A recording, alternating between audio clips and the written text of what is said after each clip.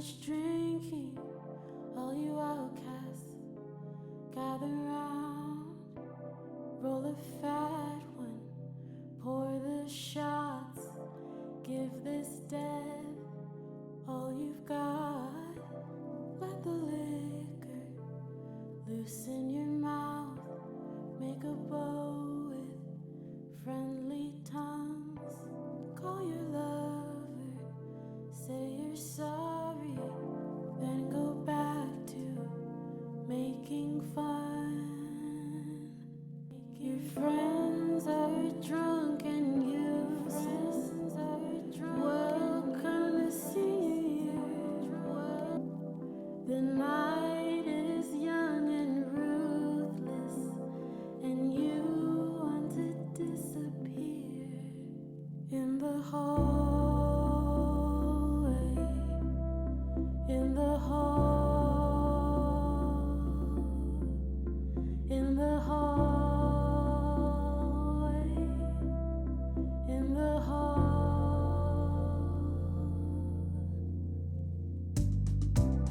You can hear them all around you, broken hearts and blushing sighs. Truth's a hard pill to swallow, but it'll still get you high. I know a faraway land, hidden from even the moon, somewhere queer and quiet, a place you can lick your wounds. In the hallway, in the hall, in the hallway, in the hall. Twilight zone, a place to be alone, or highway cutting through the noise in bedrooms. Chamber of secrets, come close and lean in, tell them. But if you tell them now, with your words or with your mouth, you should know it's now or never. You can't stay here forever. In the hallway, in the hall, in the hallway, in the hall, in the hallway,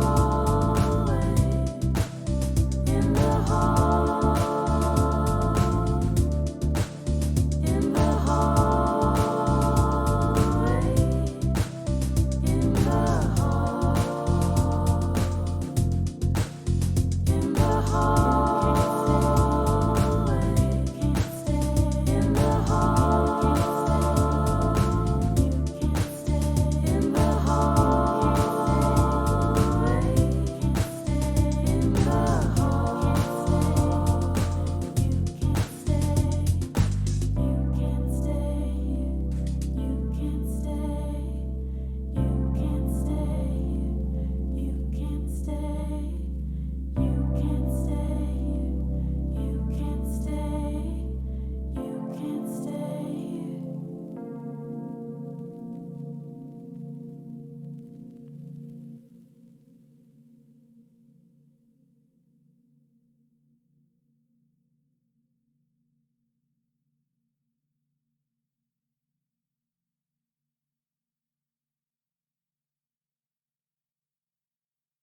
Doom de doom doom doom doom de doom doom doom doom de doom doom doom doom de doom doom doom doom de doom doom doom doom de doom doom doom doom de doom doom doom doom de doom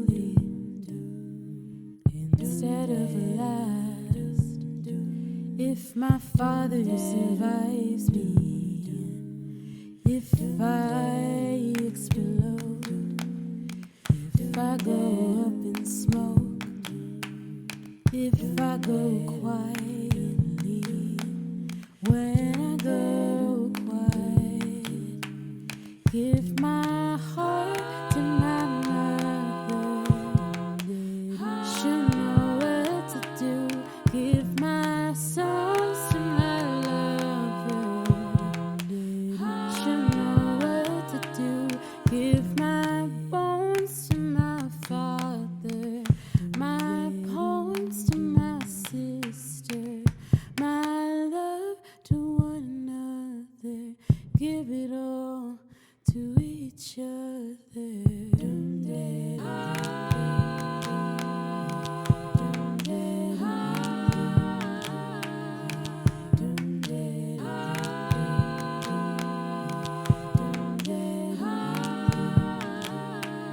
And I suppose the soul can go to the children.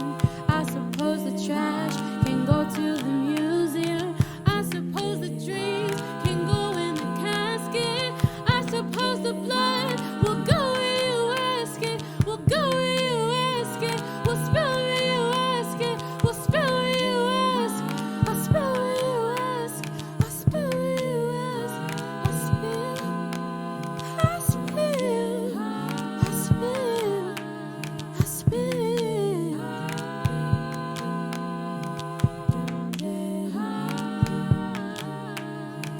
I was once the tree, and I was the paper. I was the hair, and I was the razor. I was the leg, I was the table. I was the cloth, and I was the indigo. And I was the indigo, and I was the indigo, and I was the indigo, and I was a color girl, and I was a color girl, and I was a color girl, and I was a color girl, and I was a color girl.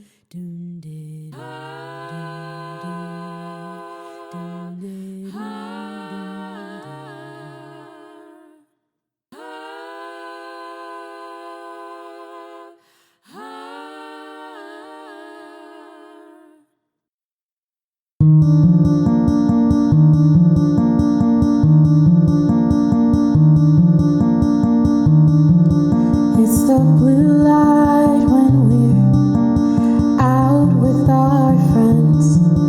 It's the blue light asking where the night should end.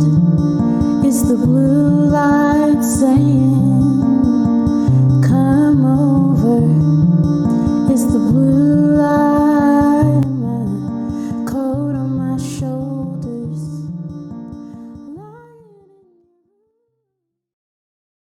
Life is pain.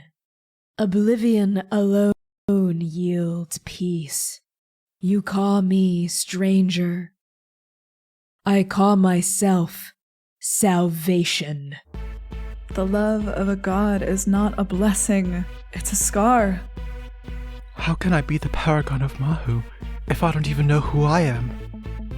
There's gotta be more to life than making mistakes and making up for your mistakes. I'm the paragon of risk and reward, behaving as more of a suggestion. Fate is an offer I intend to reject. You don't know me. I'm unpredictable, bitch. I don't need to be a paragon to help save the world. I came back for a reason, and I am not stopping until I find it. I will solve the cataclysm, and I'll solve the mystery of myself, too. 4 paragons, 4 keepers, 1 stranger. Huh. Odds are in our favor. Now let's go save Andake.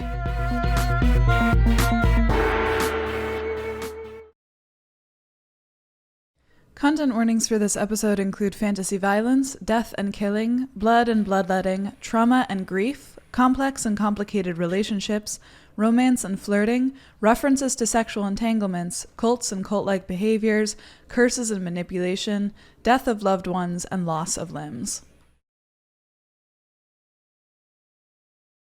Hello, everybody, and welcome to Arc 5, Episode 13 of The Second Stranger. Woo!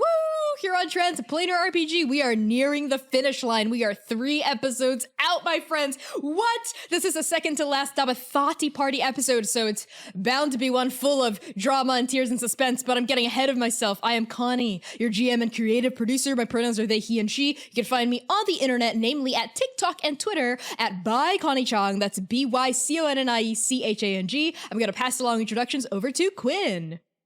Hi, hello everyone. My name is Quinn. I use they, she pronouns. You can find me on Twitter at Quintastic_. I am playing today your favorite Changing Grave Cleric. I've remembered Sitlali Thorn. Nope. Their last name doesn't matter.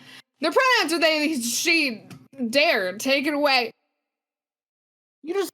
Okay, the most hot potato you've ever thrown. Hi, I'm Dare. She, they, they pronouns all work for me. I'm playing gentle, they, them. You can find me on most places on the internet at Dare2Dream RPG, where I am never causing any trouble anywhere at all. I'm going to throw it to Humna. Okay, those are all lies, first of all. Yes, hello everyone. My name is Humna and I use any and all pronouns and I am a TTRPG performer. You can find me on Twitter at @shahid_, where I talk about all of the different projects I'm a part of. And today I will be playing Jaran Gather, who uses they, he pronouns, and I will pass it along to C. Hi everyone, my name is C. I use they, them pronouns. I am a tabletop streamer, dramaturg, digital artist, making very trans, very gay art over on the internet at PieSharpArt. Find me wherever you find me. I'm there. Just do your best. Today I'm playing... Find me if you can. I'm playing Okahyen today, who is totally normal and had a very good nap in a dirt hole last episode. So everything's fine. Connie, keep it going. I'll keep it. I don't know what's happening with my players today. So, hey everyone, this is episode. Oh my god! Hey everyone, this is episode 13 of The Second Stranger, which is our main D&D campaign. If you don't know what that is, Transplanar RPG is, say it with me, an all transgender, people of color led, 100% homebrew, Dungeons and Dragons 5th edition live streamed actual play campaign set in Andake, a non-colonial, anti-orientalist, grim, dark, gritty fantasy world.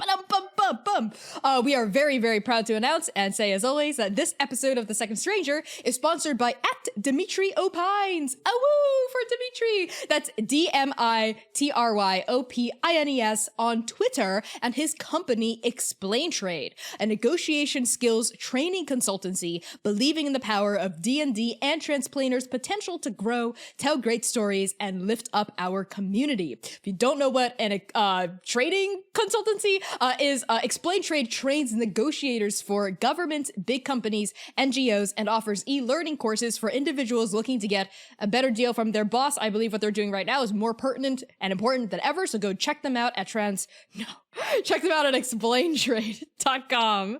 I was at transplanar.com. Explaintrade.com. We love you, Dimitri. C, why don't you tell folks about our podcast? Yes, over at transplanar.com, and by that I mean any podcast producing place that you can get podcast episodes, such as Spotify, Apple. Stop making faces at me, Dare! I can't look at you! Spotify, Apple Music, Podbean. You can find us there by searching Google Transplanar.com. Jesus fucking Christ. Are we supposed to type in Google Transplanar.com? It's like when you go to Google and you type in Google.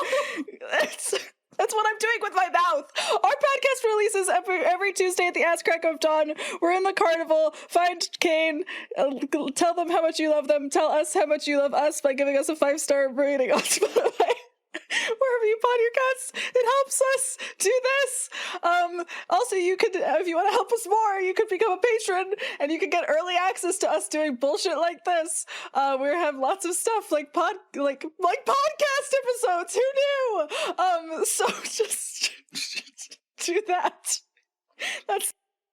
All right, session's over, everyone. Pack up, pack your bags, go home. That's it. We couldn't get through half. This is the first third of our announcements. All right. So, Patreon. Paragons, our patrons pledged to our highest tier on Patreon, and we love to give them a thank you. So a big shout out and thank you to Abigail Rytel, Azara, Brooke Bright, Bradley, Charles, Chiacres, Cora Eckert, Hat MP, Lex Slater, Marvelous Mitzi, Moonflower T, Purple Mouse, Risa, Rue, Scruffusus, and Target. So thank you so much for being Patreon Paragons, and check us out using !Patreon for some sweet rewards. A haiku, as always, for this episode, about this episode for our Paragons. I didn't write one in advance, so I'm gonna come up with one on the spot as usual. Jaron is lonely. The Aurochs Guild has secrets. I'm so good. Adam wants to talk. That's all I'm gonna say. I'm gonna move things along in speaking of supporting us, Dare, why don't you tell folks about donations? This has been a disaster, but it's not a disaster. Us when we have our shit together. So when you give us donations, we have super fun bonus scenes that our shit's actually together for. So if you help hit those goals, we will unlock those very gay secret backstory scenes.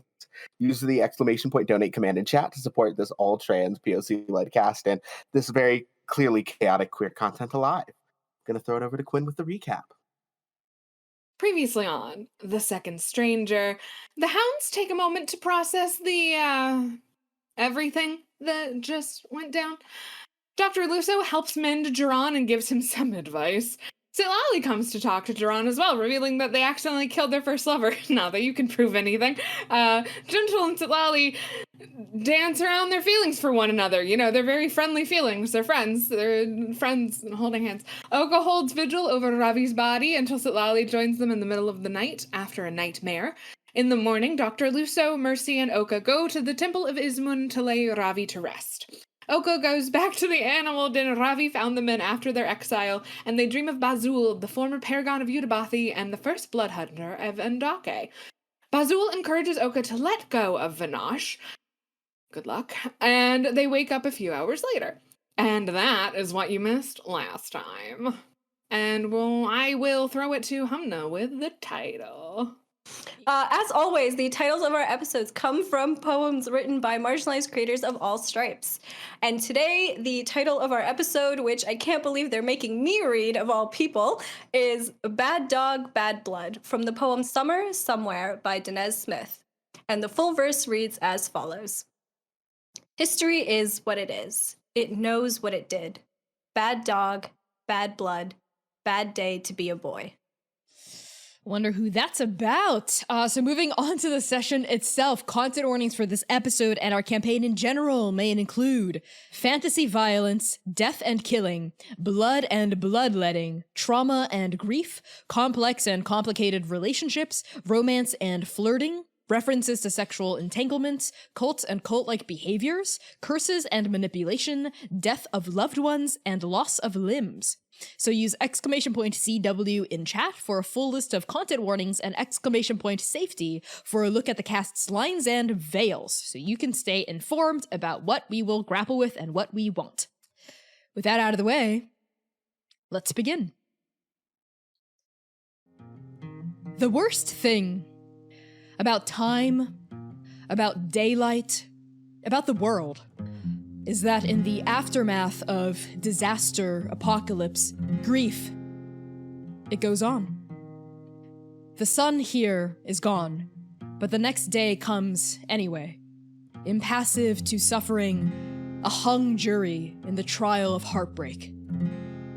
Karishma Bataval's secret garden blooms with sun-dappled marigolds and violet balsams.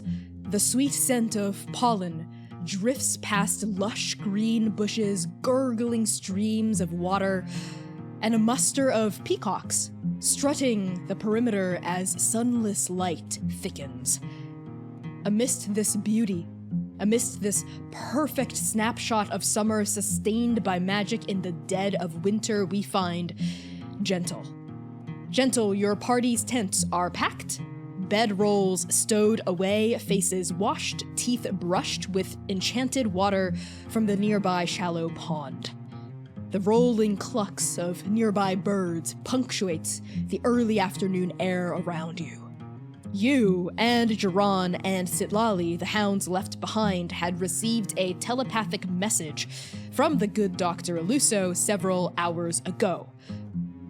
We're running late, the missive had said, ringing clear in your minds like a prayer bowl. Oka's, processing? So's Mercy. We'll be back in a few hours, early afternoon, mid-afternoon. Don't be alarmed, everything's okay. And so, Gentle, you wait.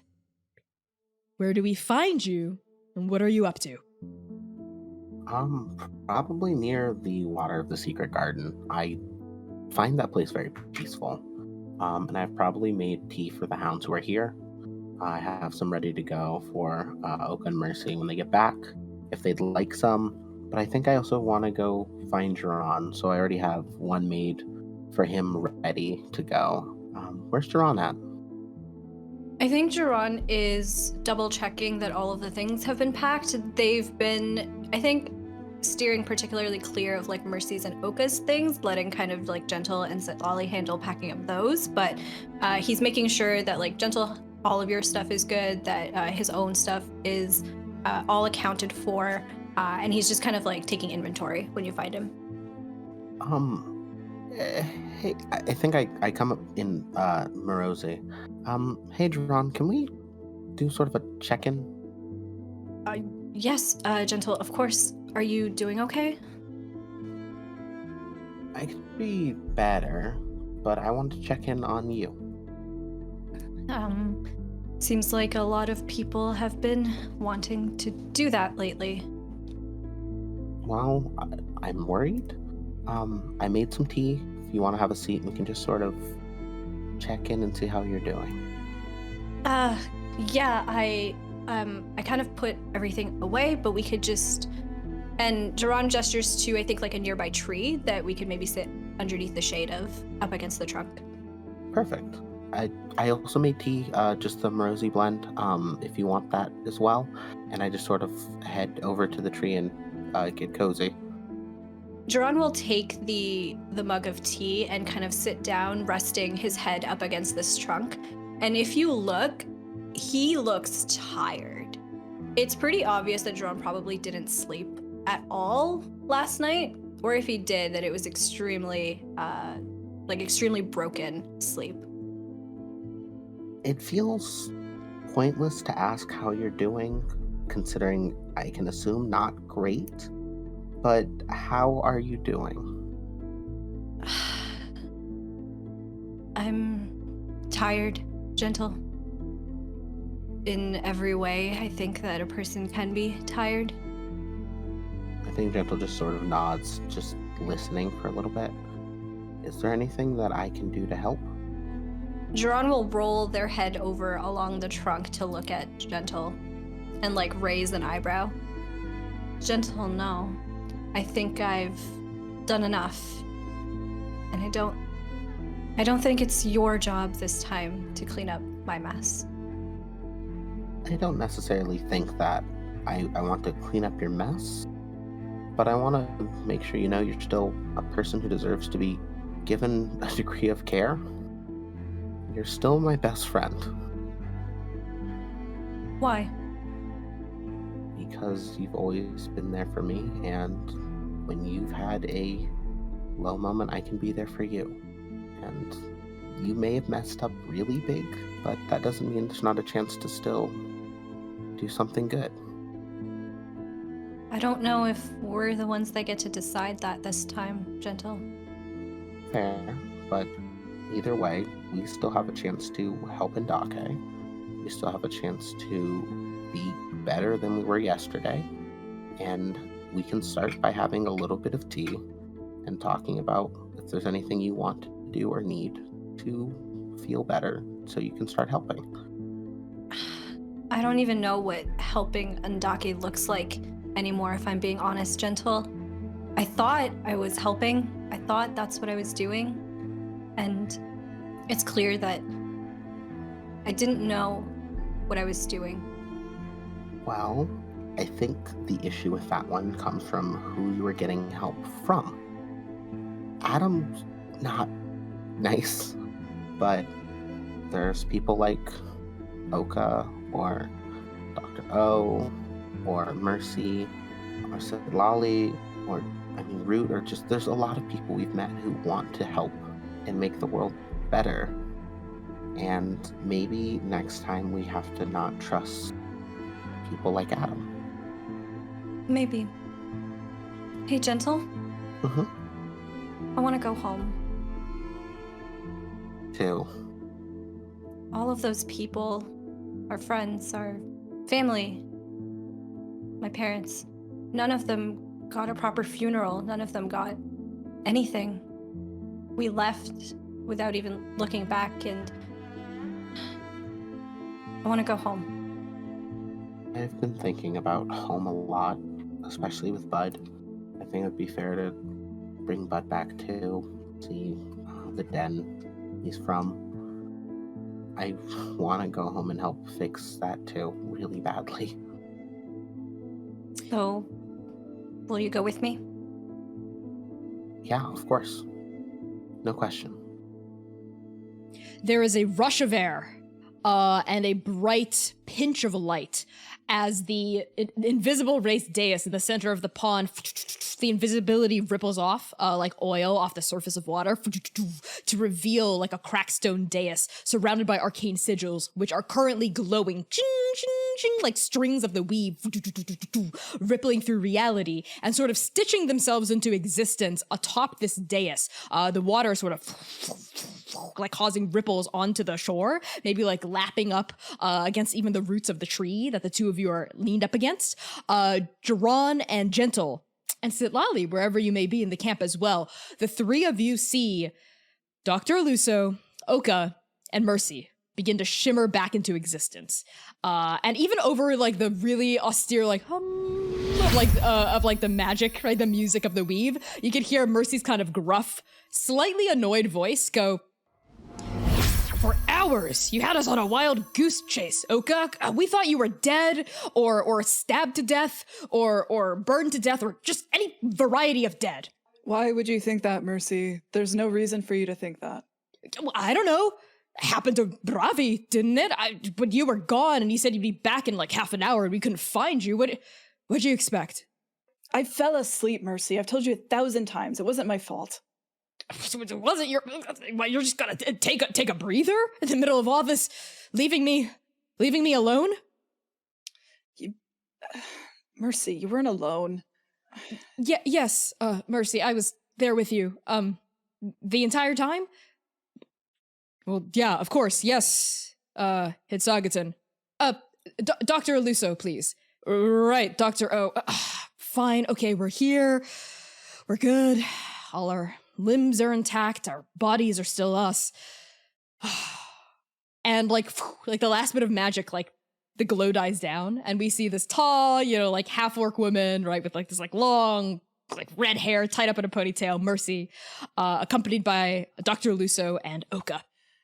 And I think as soon as we all get back, Oka's eyes are like flicking around the campsite.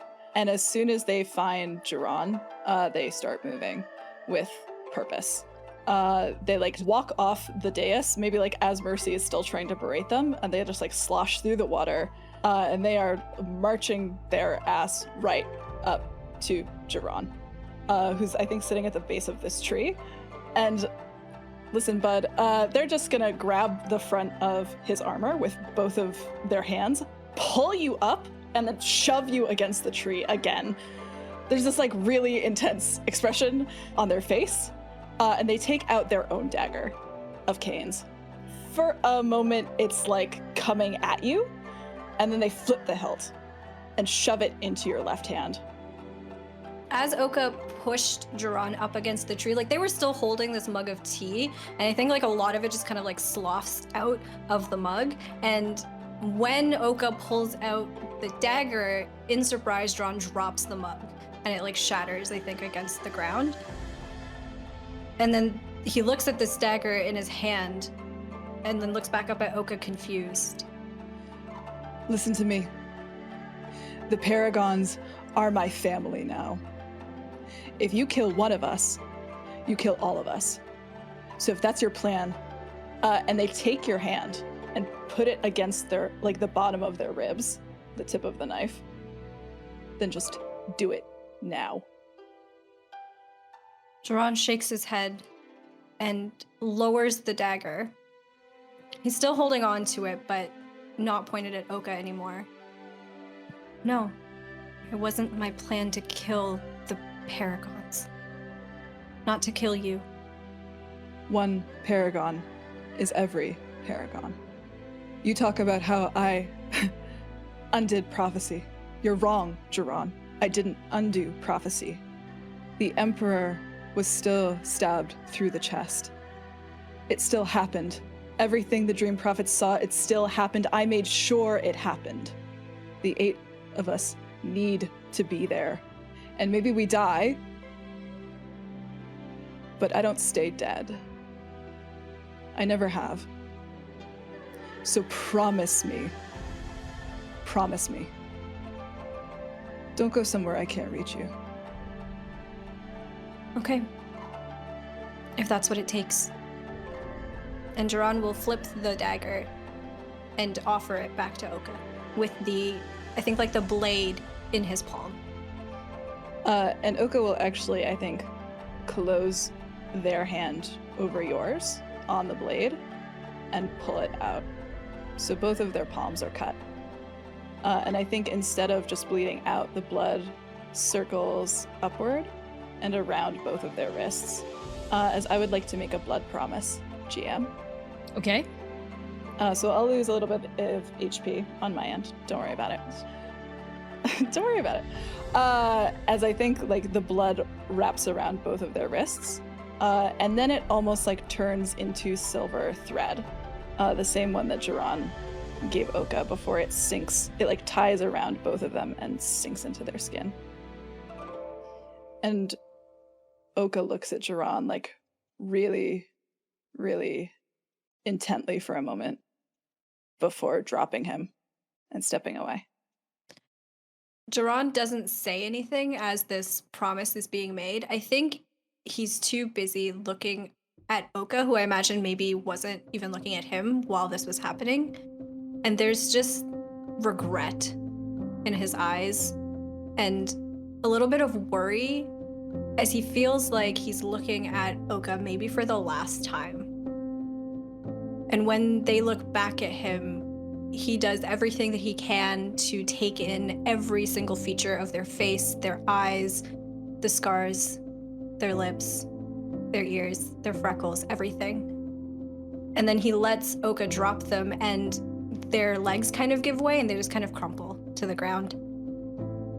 As you crumple next to the shattered shards of Gentle's mug, and next to Gentle, who would maybe go to like catch the mug, but it like was happening a little too fast. We sweep across the garden to Mercy, who, while this was happening, had kept a wary eye on the proceedings. But when the blood promise was happening, she sort of seemed to like let out like a breath of relief, because like when a weapon's out, there's always like we're always on edge here. So Mercy like turns around, sloshes through the shallow pond, and toward where Sitlali is. I think Sitlali is tucked away in probably like one of the more difficult places to reach, behind like some flowers and some foliage. They definitely didn't slip away there for any particular reason. And I think Mercy finds her with this beautiful ivory bowl. Thanks, Pirate X bitch. That's full of water that they had gotten from the pond. She's kind of like kneeled out, like set out to do something with it, and has a clump of someone's hair and in one hand and a feather in the other. As they hear footsteps, their eyes kind of like dart up, and then when it's Mercy, she kind of relaxes a little bit and is like, "Hey, how are you?" I'm she's like fighting off the shrubbery, you know, like in a really it's very obviously Mercy, like she stomps through it like a Tyrannosaurus Rex. She's going shoo, as like a peacock is trying to like peck at her. Go, she's like kicking it away. She steps over like a bush to like brushes off some thorns and picks a leaf out of her hair. I'm well. And she looks a little unhinged. Darling, forgive me, you don't look well. Well, you know, when your best friend gets stabbed to death by your employee who directly disobeyed your second in order to stab your best friend to death, you know, I'm holding up as well as I can. It was good to put Bravi to rest. It felt like a goodbye. You know what I mean? Yes, I do. Is that Adam's hair? And Sitlali's very, like, open expression kind of closes up at that, like, a little bit. Are you trying to cast a curse? Is this a... And, like, she, like, lowers her voice and, like hunches down, like, huddles next to you. Is this a curse? Is this, like, a curse bowl? Hey, that's Sri Yang's. I'd recognize that bowl anywhere. It was. It's mine now. Do you know what it does? Because I never figured it out. I'm not much of a magic person. Whenever I asked, she would just sort of giggle sinisterly and say something about it being a curse bowl. So, are you doing curses in the curse bowl? It's just a regular ivory bowl that's very expensive. That's really the only remarkable thing about it. Oh, so she lied. Okay. Yeah. Right. Doesn't surprise me. Gatekeep girl boss too close to the sun, yes. There's a pause and Mercy goes, what does that mean? Never mind. I don't want to be reminded of my age here. What are you doing with Adam's hair? Gathering intel? Intel? Wait, can you spy on him with that? Possibly, probably, hopefully. Will he be able to spy back? Is this dangerous, Sitlali? Define dangerous. If he can spy back, those are my exact parameters. If he can spy back, he's probably already spying. So. I think in order to look into a house, you have to open up the curtains, you know what I mean? Well, it's not a scry per se, it's more of a... I don't know if you got the chance to fight him, but he's not quite a man. He's something else. I was a little busy attacking the gigantic monster trying to come through the portal to literal fucking hell. So no, I kind of forgot about Adam. He took my changeling magic. What? And I would like to know a little more about him, since he knows a lot about me, Mercy. More than he should be able to ascertain through the usual channels, so, He took your changeling magic? Is that even possible? Apparently. Oh. Sitlali, I'm so sorry about all of this fucking bullshit. You don't deserve any of this. I should have been there. I should have been there to help you sooner, to... Stop. Who didn't cast Sending when they could? Sitlali, don't do this. It's not your fault in any way, shape, or form. I'm not saying it is, but it's not your fault either. It's Adam's fault. So, he took something of mine. I ruined his little miracle. I mean, we all did, but I did put it back. And I just figure if he is more than a man, maybe we should find out what he is if we can. Okay, do your thing. So Sitlali turns back to the bowl, kind of looks up at Mercy again, just like, oh, there's a human here. Grabs the raven feather in one hand, picks up some incense off the ground and kind of scatters it in the bowl, and takes not all of Adam's hair. They're gonna save some of it for, magical reference TM later, but sprinkle some of it in the bowl. And kind of like running their hand over, just like grazing the surface of the water, just says, Imago of the Chrysalis, servant of the stranger. And what do I see, Connie? Are you casting a spell? Oh, yes, I'm casting legend lore. Okay. You sprinkle his hair with the incense over the surface of the water. And it's true that Shuyang's ivory bowl isn't magical by nature, but the ivory it's made from is like pure and refined, which makes it a perfect magical conduit. Because even though that, you know, she was a really bad person, she collected really valuable trinkets, and this is one of them. So I just want you to make me an Arcana check to see how stable your hold on the magic is as it rips through you. 28. You're tethered. I think perhaps Mercy, you feel her hand like gently rest on like the small of your back, and she just sort of says, "You can do this." And like you say your spell, and you feel completely grounded in the now, even as the surface of the water ripples, and you are pulled into a vision. Sitlali, it's like the world around you just kind of warps, kind of like bending space and time, right? Just like a warp tunnel, like you see like Mercy's face just kind of distend and bend and sweep away in like just a realm of light. You see all the trees and the shrubs and the peacocks, right? And the nuts and the berries just like they all like just turn into like a watercolor painting that someone poured water over, right? So you just see streaks of color just all around you, and then boom, suddenly you're somewhere else. You know that this is a vision, and you still feel grounded. You can still feel your own body, right? It's almost like you're dreaming and you're aware of your physical body as you're dreaming. So this is very much not like you're being placed somewhere that's scary. Like you have full control over your own sensation here. You are in the weirdest room you've ever seen. You've never seen a room like this before in your life. There are glass panels along walls, but they're not built into the walls like mirrors or windows. They come out off of the wall a little bit. Rectangular boxes, like one after the other, just down a line. There's an aisle kind of between the boxes, and there's like a set, like there are stands full of just like extremely colorful, like almost like neon colored packages. And there's lettering on the packages in a language you don't understand at all. And there's also sound coming from everywhere and nowhere at once, but it's kind of muffled and tinny. And the sound is, it takes you a minute to realize it's music, but it's not any kind of music you've ever heard before, and it's in a language you don't get, and the rhythms are really weird, and there's some sort of like weird fizzy static that makes the music almost feel a little overstimulating, like there are instruments being used that you've never heard before. And in the glass panels, the glass boxes in front of you, there are handles on some of them, you realize, like long steel bars.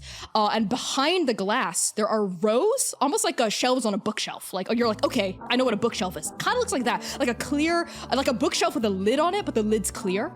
But instead of books, it's these cylindrical objects, just kind of stacked in a row, right? Just one after the other. And they are just in these absurd colors. They're like they look like potions maybe, like bright red or like orange or like electric green. You know, like some look like maybe acid, some look like fire captured, suspended within, and some, it's odd, and everything in here feels a little cold.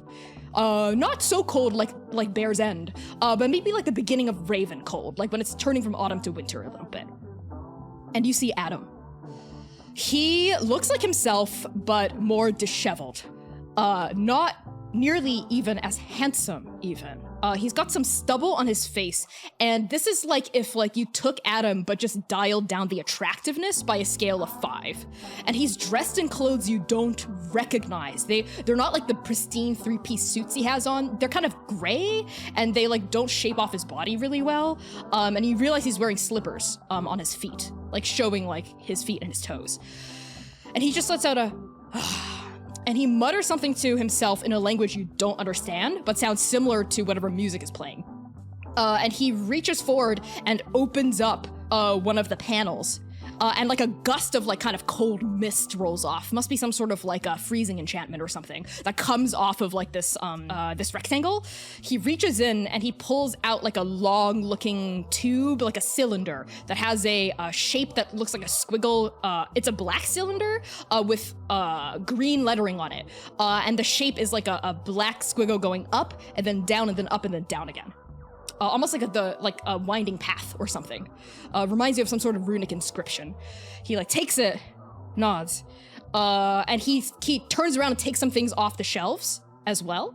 And you realize he has a little like basket, like kind of dangling off of the crook of his elbow, but it's not like a wooden basket or like a metal basket. It's like made of a material that you've never quite seen before, but it seems rather lightweight. He puts several like objects into this basket, and then he walks toward a counter near the front, where you see a large man, bearded, wearing similar clothing as Adam here, but he has a name tag. You recognize what name tag is on it with the same kind of lettering on it. And there are just various odd devices, like all around this man. Like on the counter, there's like a large, like box-shaped thing that is making like weird cling, cling, clinging noises as another person's in front of the counter talking in this gibberish language.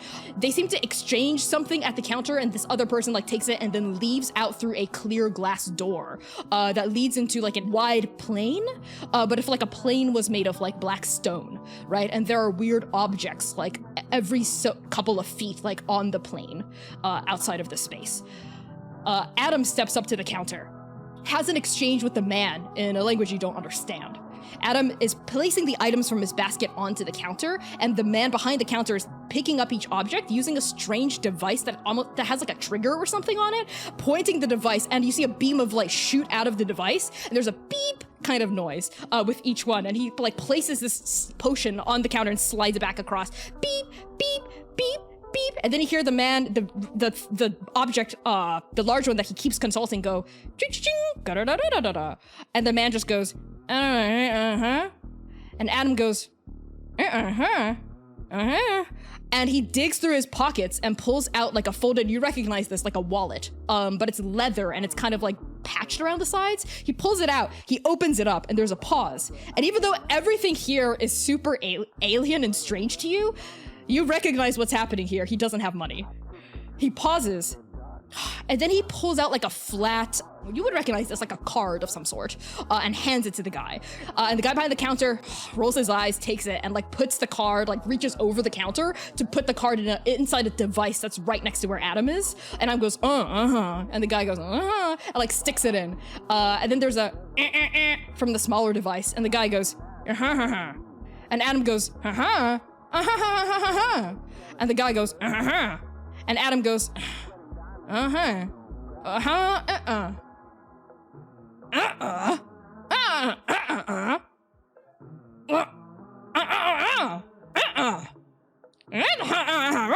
the guy, they start arguing, and Adam just like sort of curses. He tries another card, but the device goes beep beep beep again and just makes the guy behind the counter look even more frustrated. So at the end, Adam just throws his hands up. He goes, he grabs a cylinder off of the counter and marches it back to where the translucent rectangles are, and he opens it up to like put it back.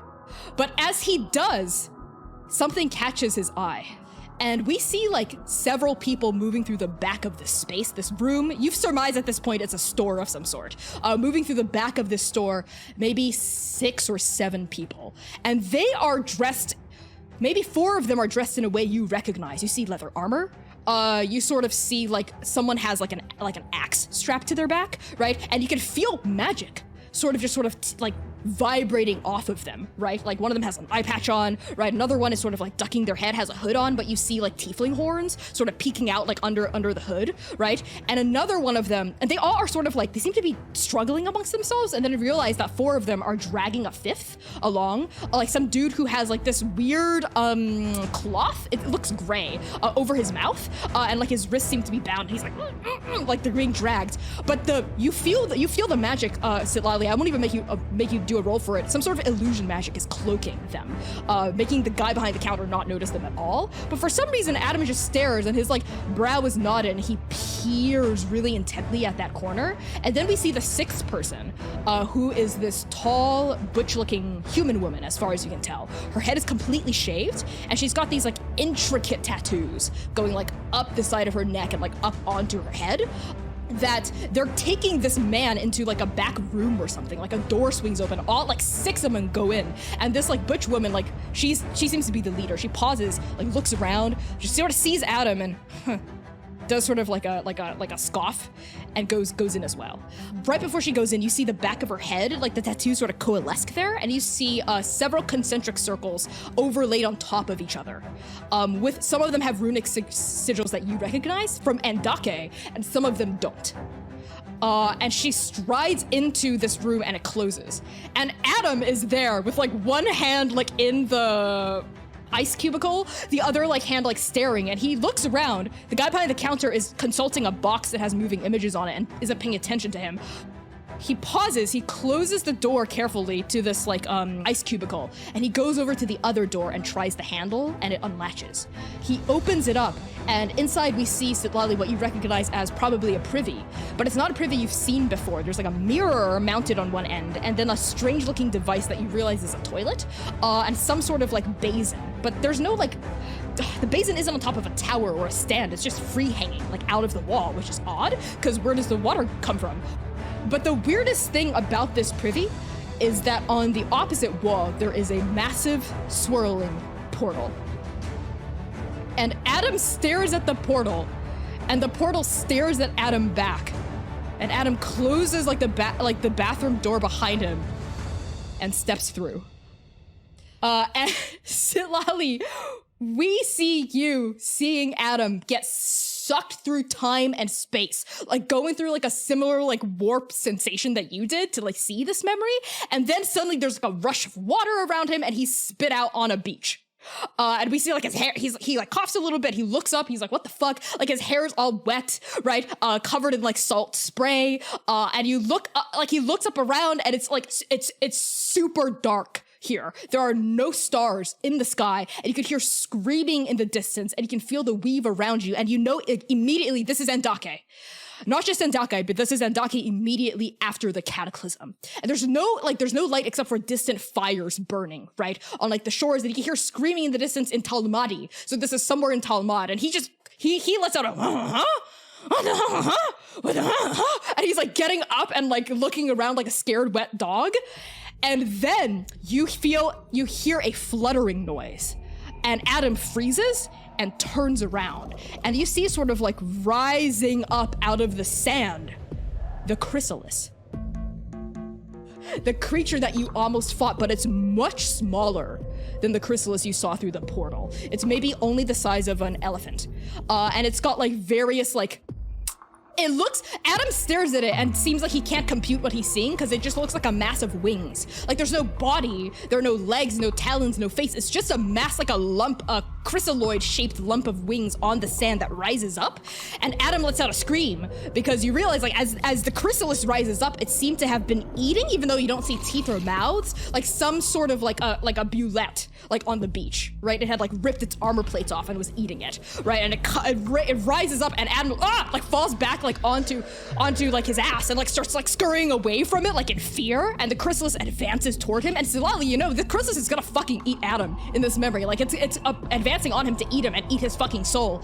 And then Adam just looks up at it as it like rears in front of him, like it's various like white tinged feathers rippling, like dressed up in gristle and gore. And Adam just says, and the chrysalis pauses. It continues to ripple. And Adam just, and then you feel the chrysalis cast a spell or do some sort of magic over Adam that ripples down his body, and he goes, what the? You're beautiful. In Talmadi. And there's like a moment as they just look at each other, and he goes, I don't know what the fuck just happened. I was just at the fucking, shell. What is this place? Those cosplayers or whatever what? This is real, right? I mean, I haven't, unless the shrooms that Gracie gave me were, no. What?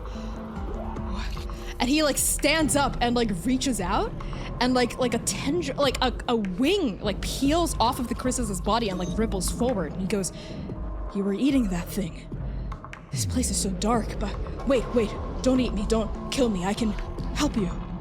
I can tell you're strong, right? I'm not from here, but you're strong. You're strong, and I can help people who are strong. You know what I mean? I was one of the guys who fucking built Bitcoin. I can build you up. Don't kill me. Don't eat me. I can help you. You need me. You need me. And Sitlali, you snap back into your body.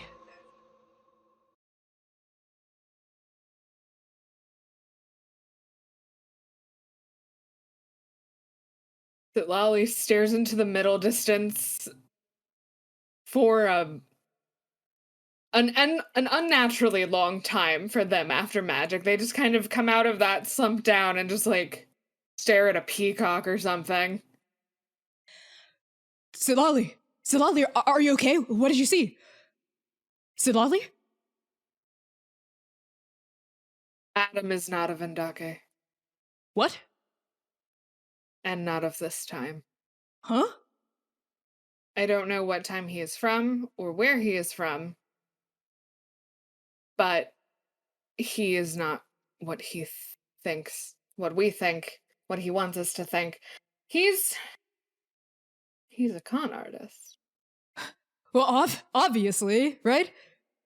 You don't understand. He's a con artist. I can work with that. And maybe on that, we hear Dr. Aluso's voice, like, cutting through, being like, Sidlali, Mercy, and we, like, cut back through, like, the bushes to where Dr. O is, after Oka, like, drops Duran, right? Duran, like, slumped next to Gentle.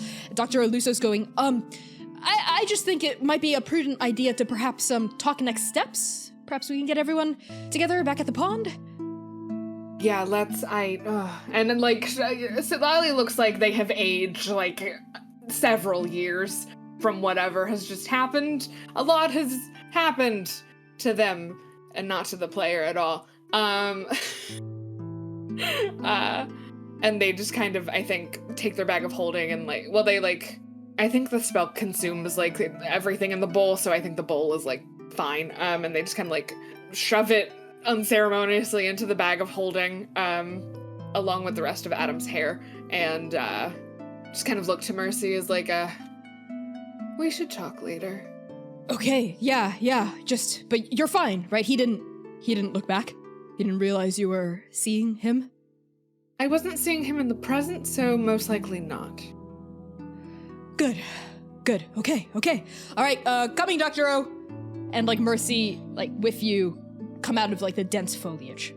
And at this point, Oka, Duran, and Gentle, I assume you're also, like, maybe picking yourselves up and, like, coming together into, like, a circle sort of formation, with Dr. Luso in it as well. Good. It's good to see everyone's faces. So, Oka, and Dr. Luso turns to you. How are you feeling about Vinosh? I'm feeling like Vinosh needs to go home. Okay. Well, I think it would be prudent if I stayed with your group until at least everything here resolves with the Aurochs Guild. My next alliance meeting isn't for another 8 days, so I have some time to burn, and frankly, I'm hitting a wall with my research back at the cottage, so if you don't mind, I'd love to tag along. Yeah, we could use a little bit of help, I think. Wonderful. I'd be more than happy to lend my assistance. Sidlali, are you okay? You look a little pale. It's been a rough... And they kind of look to Mercy to see how... No, they look to Oka to see how much time has passed, because they are still 3 days. Of course, it's extremely understandable. Yes, Gentle. I don't want to, maybe break the, speed of conversation, but does anyone know how to mend a broken mug? Would you like to, Sidlali, or should I? Go ahead. I mean, we could both. Okay. Sure. Yeah. Sidlali cast mending. So does Dr. Aluso, right? Like, your magic twines together. What color is your magic as, like, the pieces? It's pink. Pink. Dr. Aluso's is blue. Like, a nice, like soft blue, like, rises up off the shards, like, intermingling with the pink. Trans rights! Lift the shards up off the ground and knit the knit the cup back together. Thank you, that's all I had. Oh, okay. Well, do we feel prepared and ready to talk to the Aurochs? Ready as we'll ever be. I don't think it'll be that bad. Yeah, right, we only tried to kill one of their captains. It'll be fine. But we got her back to them as agreed. I mean, if it's better for everyone, I can maybe... Old Mama Lightning's alive. Mercy cuts into interrupt Duran like he doesn't exist. We lost one of our own, and rescued one of theirs. They should be thanking us, kissing the ground we walk on. It should be a piece of cake. All right, Dr. O, can you zap us to the Aurochs Guild headquarters or whatever, or do we have to walk? I'm afraid we'll have to walk. I don't quite have a ley line, to where the Aurochs Guild are headquartered quite yet. If we get to the pits, we get in. Let's go. All right, let's do this. And on, like, each of your, like, set faces, we're gonna cut over to an underground tunnel. This tunnel is thick with the sweet smell of rot, dirt, cave water. And actually, tunnel is perhaps an understatement. This passageway is massive, fit for a queen's hall, just huge, right? With rock walls like 70 feet apart on either side, arching up to form a cavernous ceiling up above, dripping with stalactites. And torches just along like 15-foot increments on either wall, mounted on iron sconces, light the way. And in the distance, all of you hear the sound of rushing water. And leading your party, all of you, through this like twisting network of vast subterranean tunnels underneath Dabathati is Lady Saram. We see her now like in her like kind of like frilly, kind of pink and black and white, like almost like goth Lolita outfit with her little parasol up, accompanied, flanked on either side by 4 very well-armed, very well-trained looking Aurochs lieutenants. As she walks, right, her like heels kind of like clipping and echoing through like this vast cavernous space. She kind of throws over her shoulder, right, her like kind of like fluffy white pigtails like bouncing on her shoulders. Denizens of Dabathati all know of the legend that our fine capital was built atop the graves of ancient giants, and she gestures at how huge like the tunnels are. Few of Dabathati know, however, that this myth is mostly true. Mixhien, you yourself are intimately aware of this fact when you liberated our city from the rage back in Mid-Swan, no? Yeah, there are a couple old giants and there's still caves back there. 1 or 2. And probably the biggest dog I've ever seen in my life. Well, yes, we've seen skeletons, but no well-preserved bodies down here in the catacombs. It's Prince. Ah, of course. My apologies, Prince Hien. And she stops and actually does like a sardonic curtsy in your direction, right? Oka does one back, and then they kind of like look sidelong at Sitlali for a minute and keep walking. Lady Saram like smiles, turns back around, and continues leading your party through. Dr. Aluso has like a floating journal out, and you see like 2 floating journals are out, and like various like 4 quills on each journal are like scribbling, like all ensconced in blue light as they're looking around going, oh my, oh, look at that. They're like pointing out like various like aspects of this cavern, or like scribbling it down, like adjusting their glasses and like making like muttering to themselves, right? And, like nodding along and like scribbling notes for themselves. Like very like intellectual fervor is happening here, right? And I think they're so lost in their thoughts they like bump into you a little, Oka. Oh, my apologies, Oka. This place is magnificent.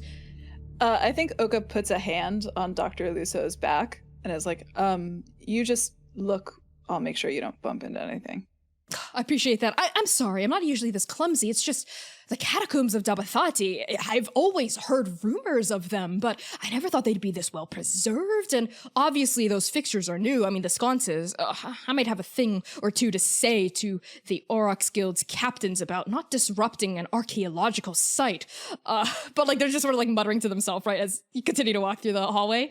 And eventually, Lady Saram turns a roughly hewn corner with like huge jutting rocks that sort of obscure what's behind it. And when you turn the corner, when you round the corner, you all see a magnificent chamber.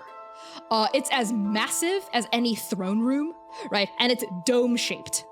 With these natural stone walls all around, roughly hewn, draped in fabrics and silks with like candles melting on little outcroppings. And interestingly enough, massive paintings and statues, works of art like priceless artifacts of art, like in nooks and crannies, like hanging, like some of them have plaques underneath, right? But you're way too far away to be able to read any of the plaques, but there's at least like 100, if not 200, like pieces of art just all over the walls here.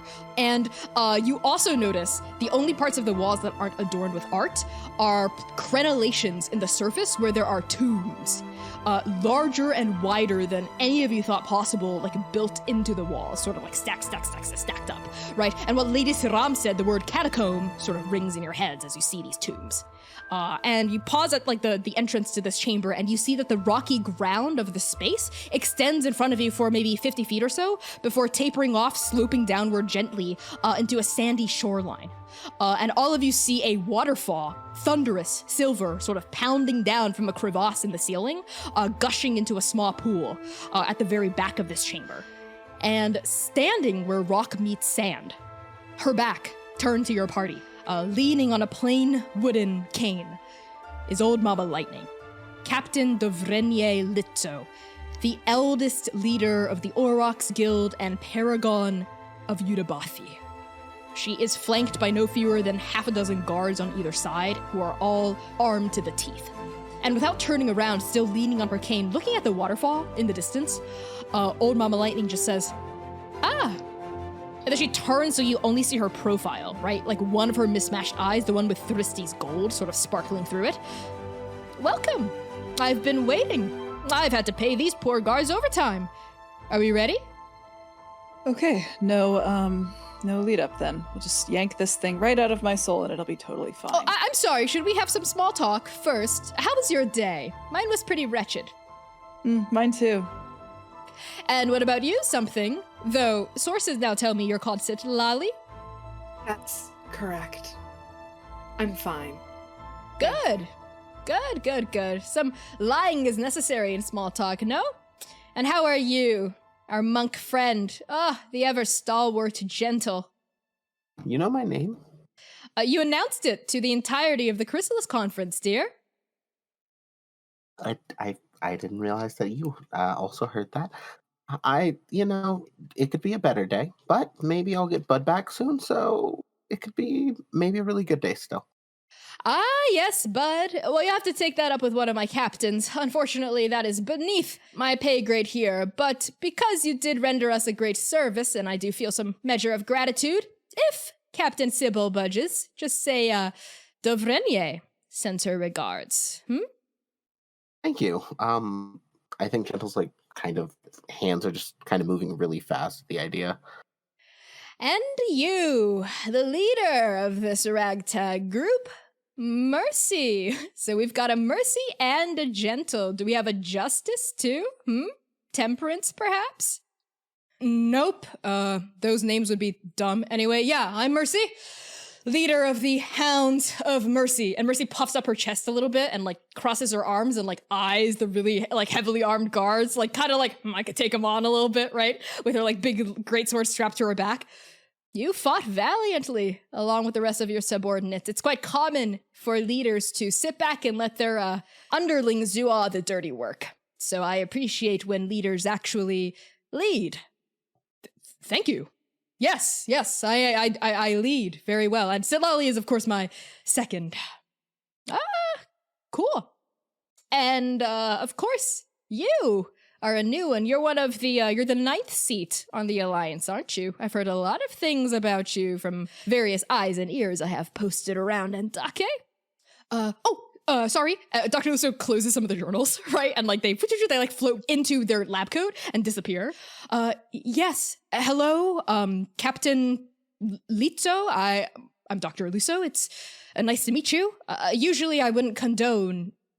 Well, never mind. No. Finish your sentence. I was just going to say I disagree with what you're doing here, and everything you stand for, and all the values you hold, but it's an alliance, so... Sagu. Oh, I like this one. Well, you're right. It is an alliance that we have here. Insults shouldn't fly so freely. I wouldn't characterize them so much as insults as statements of objective fact and It's Augustin. Yep, thank you. Yep. Okay. And we have the traitor. You know what the cost of betrayal is here in the Aurochs Guild? When we figure out we have a rat? You know what we do to snitches and rats here? I'm sure it's something very colorful. They come to me. Even the lowest ranking ones. Even the poor foot soldiers who've been suckered by promise of more gold on Kusing's side, or, oh, spy for Bataval. They all go to me. And we never see them again. Ever. I don't think you'll be seeing much more of me after today. Don't worry. Good. Because if we do, ever again, Jiran, you will answer to me, and I will have Vinash with me. And that is a threat. Because your friend, the Paragon of Sen, has tried to control Vinash's rage to varying success. I will not be afraid to unleash it. And Duran, I think, shrinks. Duran has been trying very hard to hide behind people this whole time. He was hoping that he could just be here, they could do everything, and then they could leave, and it would be fine. So I think they could just kind of shrink a little bit at that, recognizing that that is a very real threat, given what Vinash has done to Sitlali without even Oka wanting him to. So. Thank you, Old Mama Lightning, but that's my problem for now. Yes, it is. Yes, it is. The Hounds of Mercy is certainly an apt name for your group. Merciful. You should consider yourself lucky and display some gratitude, traitor. I'm trying. Paragon of Sen, shall we? And Oka kind of looks down at themselves. They are literally, it looks like they didn't sleep and then they slept in a hole, which is exactly what happened, actually. And they kind of step forward, look back at Sitlali. Maybe do you think you could just help? Sitlali steps up behind, just behind Oka's shoulder. Whatever you need. Oka, I think, just kind of stands there. Oh, yeah, Oka just kind of stands there for a long time. Nothing's happening yet. It's supposed to be happening, right? I think you have to tell him to go. Oh, yeah, okay. And Oka plunges down into themselves. Almost like they're speaking into a dark hallway that they are peering around, like they're small, you know? Vinash? Are you in here? And the hallway lights up. You see a tiny spark of red lightning at the very, very far end of the corridor, and almost like a gout of flame rushing through a corridor that's been trapped, rigged with this explosive, like a plasmatic spiral of storm cloud red lightning thunder begins to ripple upward toward you as Vinash responds. And Vinash's voice goes, "Grief! I can feel your grief roiling like thunder within your soul. I feel your pain. I feel your loneliness. It's time for me to leave." I saved her from you. You don't get to grieve her with me. Don't I? She saved me from the nothing. I guess she saved us both from the nothing. She did. Ravi! The bards and the myths and the legends of Andake beyond her time will sing her name to the heavens. Ravi! And lightning begins to spark off your skin as you feel something very hot, like a hot stone passing through your body, rise up through your sternum. And it's just sort of that same word over and over again. Ravi keeps echoing off every spark coming off your skin. And we all see Oka ensconced in this blistering red lightning, but even where it strikes, it doesn't hurt. Maybe there's some flinching from Sitlali, perhaps. I think Mercy protectively steps forward and tries to shield Sitlali with her body, and a stray bolt, clips Mercy on the shoulder, and she flinches, but it doesn't hurt, and she goes, oh. It's almost like just a kiss of static. Because Vinash, for once, is not angry. He's ready. He's ready to go home. And as he begins to surface, like, out of your body, right, the entire chamber starts getting painted red, right? And Oka, you feel your feet lift off the ground a little bit. Like, your heels come off the ground, like, there's a magnetic charge above you that's just attracting you, like, through your sternum, like, up off the ground, right? Like, your chest opens up, right? And you begin to float. And I think the ball of red lightning actually escapes out of their mouth. Like, they just open their mouth and this, like, ball of lightning, like, rolls off of their, like, now blue tongue. And they kind of just hold it in their hands before I think it jumps out. This spark, this god shard of Vinash, tangibilized, actualized, rolls off of your Azure tongue. It comes out and like a little, like, plasma ball, or like starts sparking, like, through space, just floats in the air. And wind is just whipping around this chamber everywhere, like, rattling the frames of the various paintings against, like, the stone. Like, a couple of, like, statues begin to tremble and shake, like the plaques also rattle. And amidst, like, the roar of this, like, storm wind and like Vinash's, like, zapping entity, Old Mama Lightning shouts, "Leave us! All of you!" And all of the Aurochs Guild people, including Lady Saram, leave immediately. They just get out of here. Like, they obey their, like, captain's orders and they leave. And as soon as all of them are gone, like that, Old Mama Lightning, like, her hair has come undone from the bun, right? And we see this, like, a long flag of, like bright white hair streaked with, like, dark gray. And Old Mama Lightning, like, reaches up. As Oka, you're floating in the air, she reaches up, like, for the plasma ball. And that drifts down, down, down as you're still up there and, like, still glowing and sparking. And she grabs Vinash in her hand and she eats him. She puts Vinash up to her mouth and swallows. And we see this, like, ball of electricity glowing against her throat, and then it sinks into her sternum, into her chest. And she goes, "Ah! Woo!" And we see, like, flickering into existence on her forehead, Sunder, her paragon weapon, right? A gold crown point, a black crown point, and now a red crown point, right? Flicks into existence, and all three of them spear into her forehead. She flinches a little. Oh, but the pain is full of power, isn't it, Vinash? My brother, you're finally reunited with your siblings, and we are finally whole! And she, like, pulls her, like, hand down, and the spikes dig in, and a river of blood just, like, gushes down her face, right? It, like, streams down her tunic, right? And, like, disappears, like, into her clothing. And all the whipping of the wind starts to die down, right? She's, like, glowing 3 different colors. Black light, gold light, and red light are just beaming off her body. Her eyes are closed. She's floating a little bit. And you, Oka, and Old Mama Lightning float back down onto the ground. And, like, the wind, like, dissipates and cuts out, right? The glowing coming off her skin, like, sort of dies down. When she opens her eyes, one of her eyes is flickering and sparking with 3 different colors. Gold, black, and red. And the other eye is Old Mama Lightning's regular black. I don't look too different. Except that her hair's down, right? It just continues to flutter behind her. And Sunder is still there, like, and her face is full of blood. Okay, Sunder, you can go away. Yeah, what?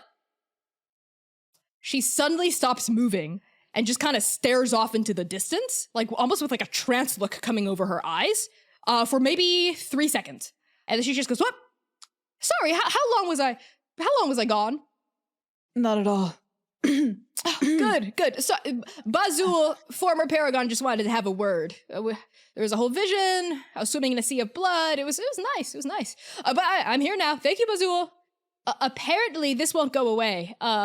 She, like, snaps her fingers, like, trying to de-summon Sunder, but it won't leave. I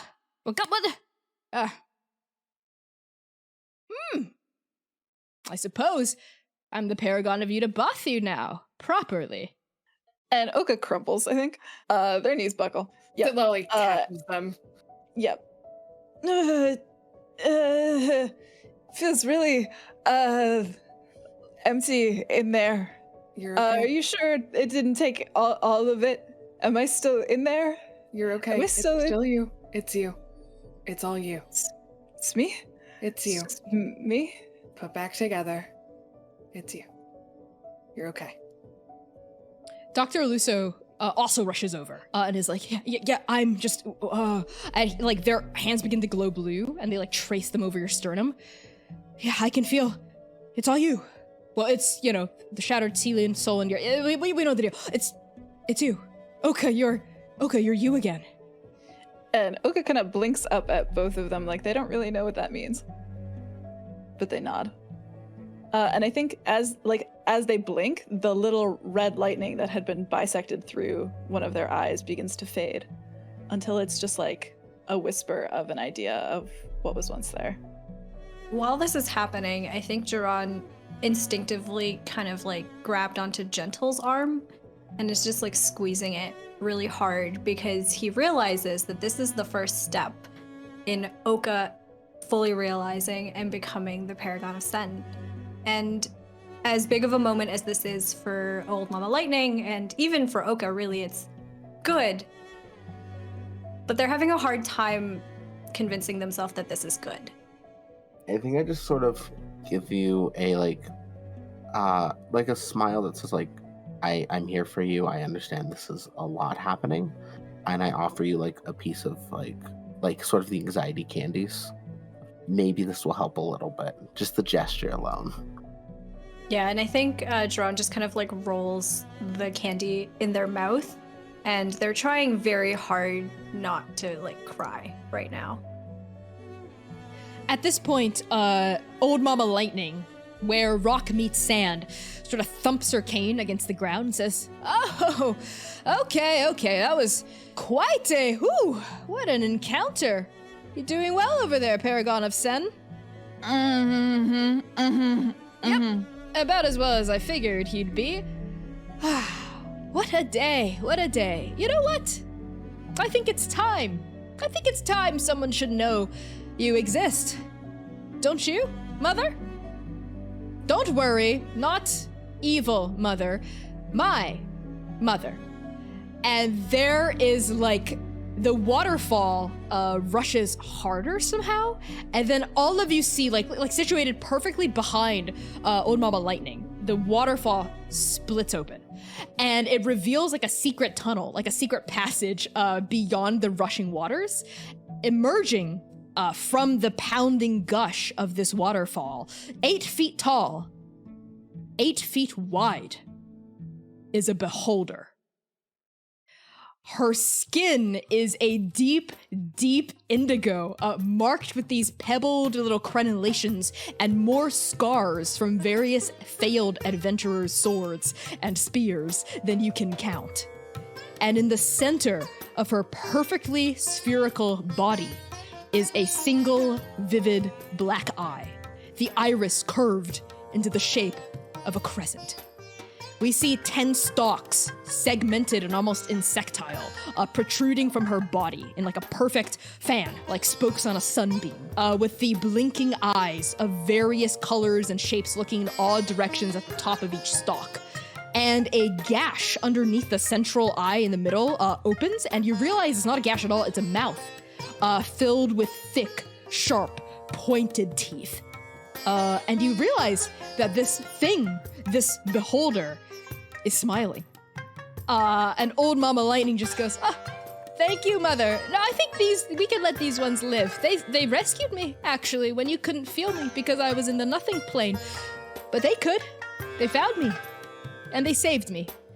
And the beholder's eyes, which were like, the eyes on their stalks are swiveling in all directions, but the central eye like fixes on your party. Like this massive, like 4 foot tall iris, like swiveling to look at all of you. So was this what you were starting to tell me before? Yes. I mean, I'm 100 odd. I'm probably gonna live for another 300. I don't know. But yes, I was made by my mother, the Aurochs, as she is known, though she used to go by, was it Rallicor the Promethean? And there's kind of like a growling noise, like rocks being like sort of mashed against each other, coming from the mouth of this beholder. And Old Mama Lightning nods and goes, "Oh yes, Rallicor the Promethean. No, but she's goes by the Aurochs now. Created me after she had a dream, a vision of the world ending, when she was haunting caves in Sulong. And so I was made. Dreamed me into existence. Because you're all monster hunters, all of you can roll nature or religion, I'll let you choose, to know what the fuck is happening. Can I get advantage because of my my hunter? Yes, you can. Yeah, you got it. 16. Okay. 26. 13. Okay. 22. Jaron and Gentle, the two of you know that beholders are monsters, and they are also emissaries, similar to Telian or demons. And you also know that they're really, really, really rare. As far as emissaries go, it's more common to encounter a demon like the Myriad than it is to encounter a beholder. Most people never do, because they're extremely smart. But with your rolls, that's all you really know. Sitlali, with a 20-something, you know that emissaries, of course, are widely regarded among scholars as innately aligned creatures, right?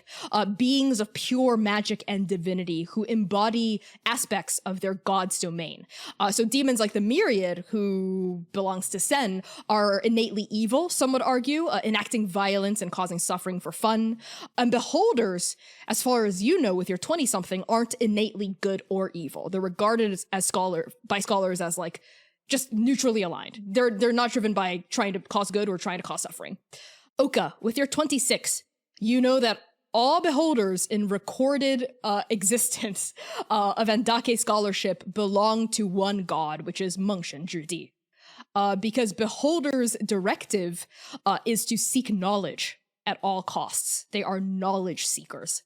And like each beholder, you would also know the high roll has like a different thing that they seek knowledge about.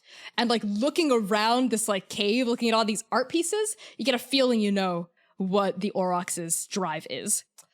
And you also know with a high roll that scholars of monstrous ontology have historically categorized demons and beholders and whatnot as like, oh, demons are evil, angels are good, right? Celestials are good, right? Fiends are evil, beholders are neutral. But that's a very person way of like projecting morality onto creatures of like pure magic. Definitions are constantly evolving. Oka is in shocked silence, I think still kind of kneeling on the ground, looking up at this beholder.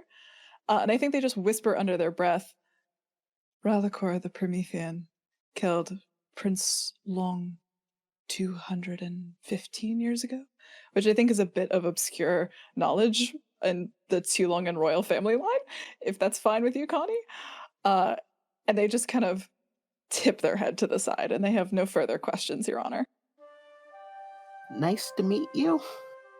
The rumbling rock noise emits from the Aurochs's mouth again, and Old Mama Lightning translates and says, yes, my mother says, nice to meet you as well.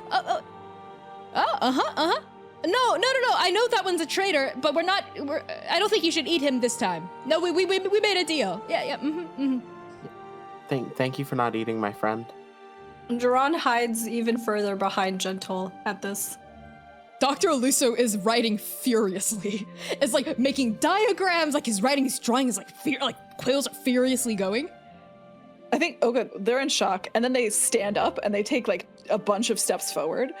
Wait, did you say that you dreamed, that she dreamed about the cataclysm?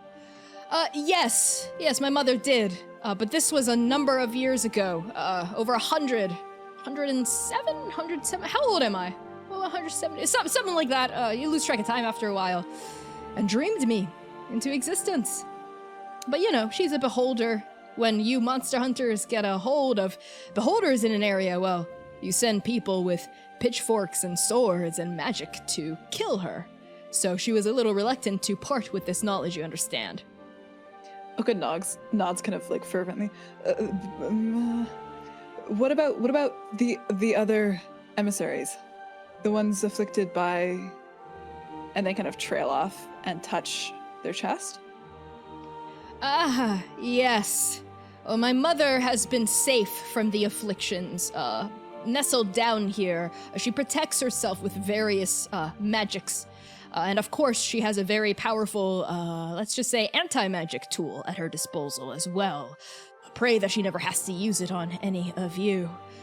But we have heard tales of the other emissaries losing control of themselves, struck with a violent fervor At first, that's what we thought was happening in Davathati. Then we realized it was Vinash a little too late. Now, of course, we know that the forces of the Empty conspire to addle the minds of emissaries everywhere. It has been like this for a long time. Every so often, we sense strange pulses coming from somewhere deep, deep within Andake herself. We can't exactly pinpoint it, though. My mother advises me it's wise not to pursue that line of questioning. It may only lead to death. Duran nudges Gentle in the back and just kind of whispers into their ear. Ask the mother if she's seen any other visions about the Paragons or about the Cataclysm or the Stranger, the Paragon War. I don't think I should ask. Have you seen any other visions about the Paragon War or any of this? Well, my mother, she's not the Paragon, I am, which is interesting. Creation of an emissary of flesh and bone. Body, mind, and soul are all still a person's. That's me. Existence is such a marvel, don't you think? But no, other than that one dream she had that birthed me into existence, there's been nothing coming to her. She is, what was that? The doctor? Is that right, Dr. Aluso? And Dr. Aluso pauses in scribbling. Yes? How old are you? I believe I'm in my 30s. What do you mean you believe? Well, it's a long story. My memories are a little addled. I have a few theories about why I can't exactly remember where I came from precisely, but I mean, just based on my bodily health, my physical standard, I think I'm maybe in my 30s. No, my mother's pretty sure she saw you in too long. Yes, someone who looks exactly like you. She has a perfect memory, mind you. 150 years ago. What? Yes. What was I doing in too long? Oh, you were passing through a neck of the bamboo grove that she was hiding out in. She observed you. You seemed to be very intent, heading toward Dokao. Oh. Well, okay.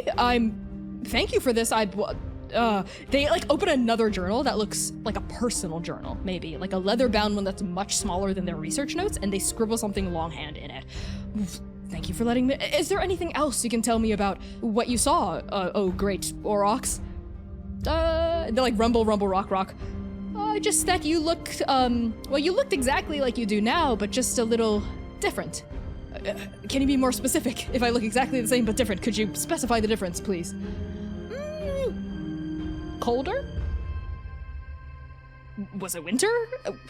Was I shivering? No, something about your face looked colder. All right, I think that's enough. My mother needs to, clean the segments in her joints. Bye-bye, Mother. I'll see you later. I'll bring you that golden statue of Galtanger you asked for. I have good authority that probably the Kagan has it somewhere in her belongings. Well, okay, goodbye, Mother. And the Aurochs begins to float backward back through the waterfall, making those rumbling noises this entire time. Duran can't help himself, and he yells out after the Aurochs as she's floating away. But if you as an emissary saw a dream, a vision, that means maybe the others have as well. And she's gone. But I can answer that question for you, traitor. My mother is an emissary that lives alone. Beholders don't like other beholders or other emissaries very much because, it's said that if you drink the blood of a beholder, you'll know everything you want about anything you desire. So, leads a lot of people to try to kill beholders. But based on just my position as captain of the Aurochs Guild, I have heard rumors of other emissaries behaving strangely before being struck wild. Strangely how? Thrashing around, their minds are addled, something's messed with their souls. That sort of thing. And this is, you said, before they were afflicted. Correct. And she pauses and says, I will answer no more questions from the traitor. And I believe you have a direwolf to fetch, no? We do. Ogus stares off after the beholder for a little while before taking a few steps backward and walking back to Mercy and putting 10 gold pieces into her hand. Fucking told you so. That was definitely a beholder that I fought. 100%. Shut up, Mercy. She like pockets the gold and just goes, man, if this day gets any weirder. Well, I guess it's time to go pick up my talking direwolf then. And on that, we cut to break.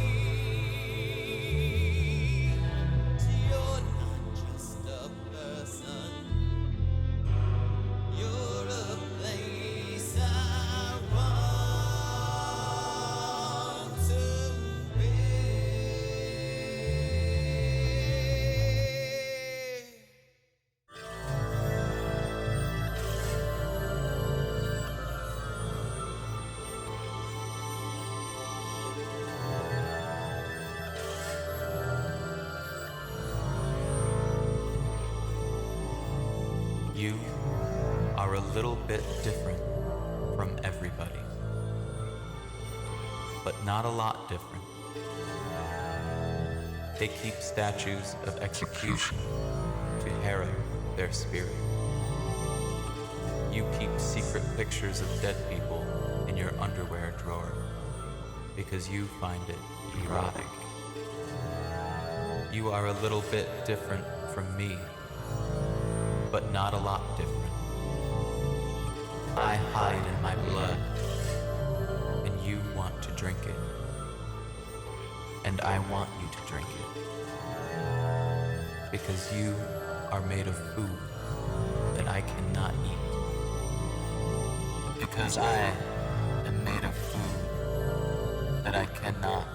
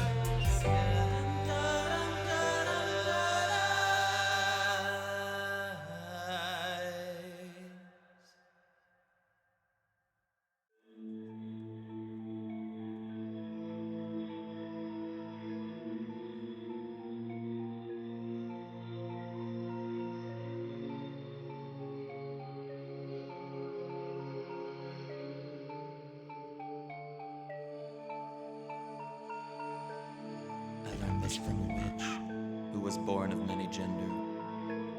I learned to see a light. I learned to watch it glitter. I learned a secret from the light. I learned to watch it dancing. I learned to swallow light, to illuminate my darkness. I learned to feel love when I look upon my dark things. I learned this from a witch who was born of many gender. I learned to see a light. I learned to watch it glitter.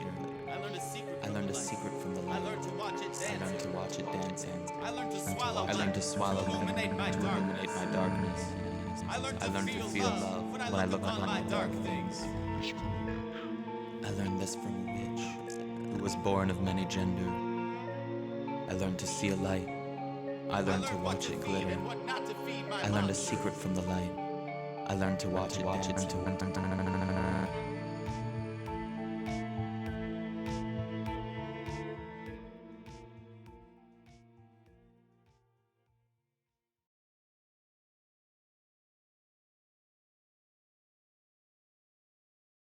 Content warnings for this episode include fantasy violence, death and killing, blood and bloodletting, trauma and grief, complex and complicated relationships, romance and flirting, references to sexual entanglements, cults and cult-like behaviors, curses and manipulation, death of loved ones, and loss of limbs.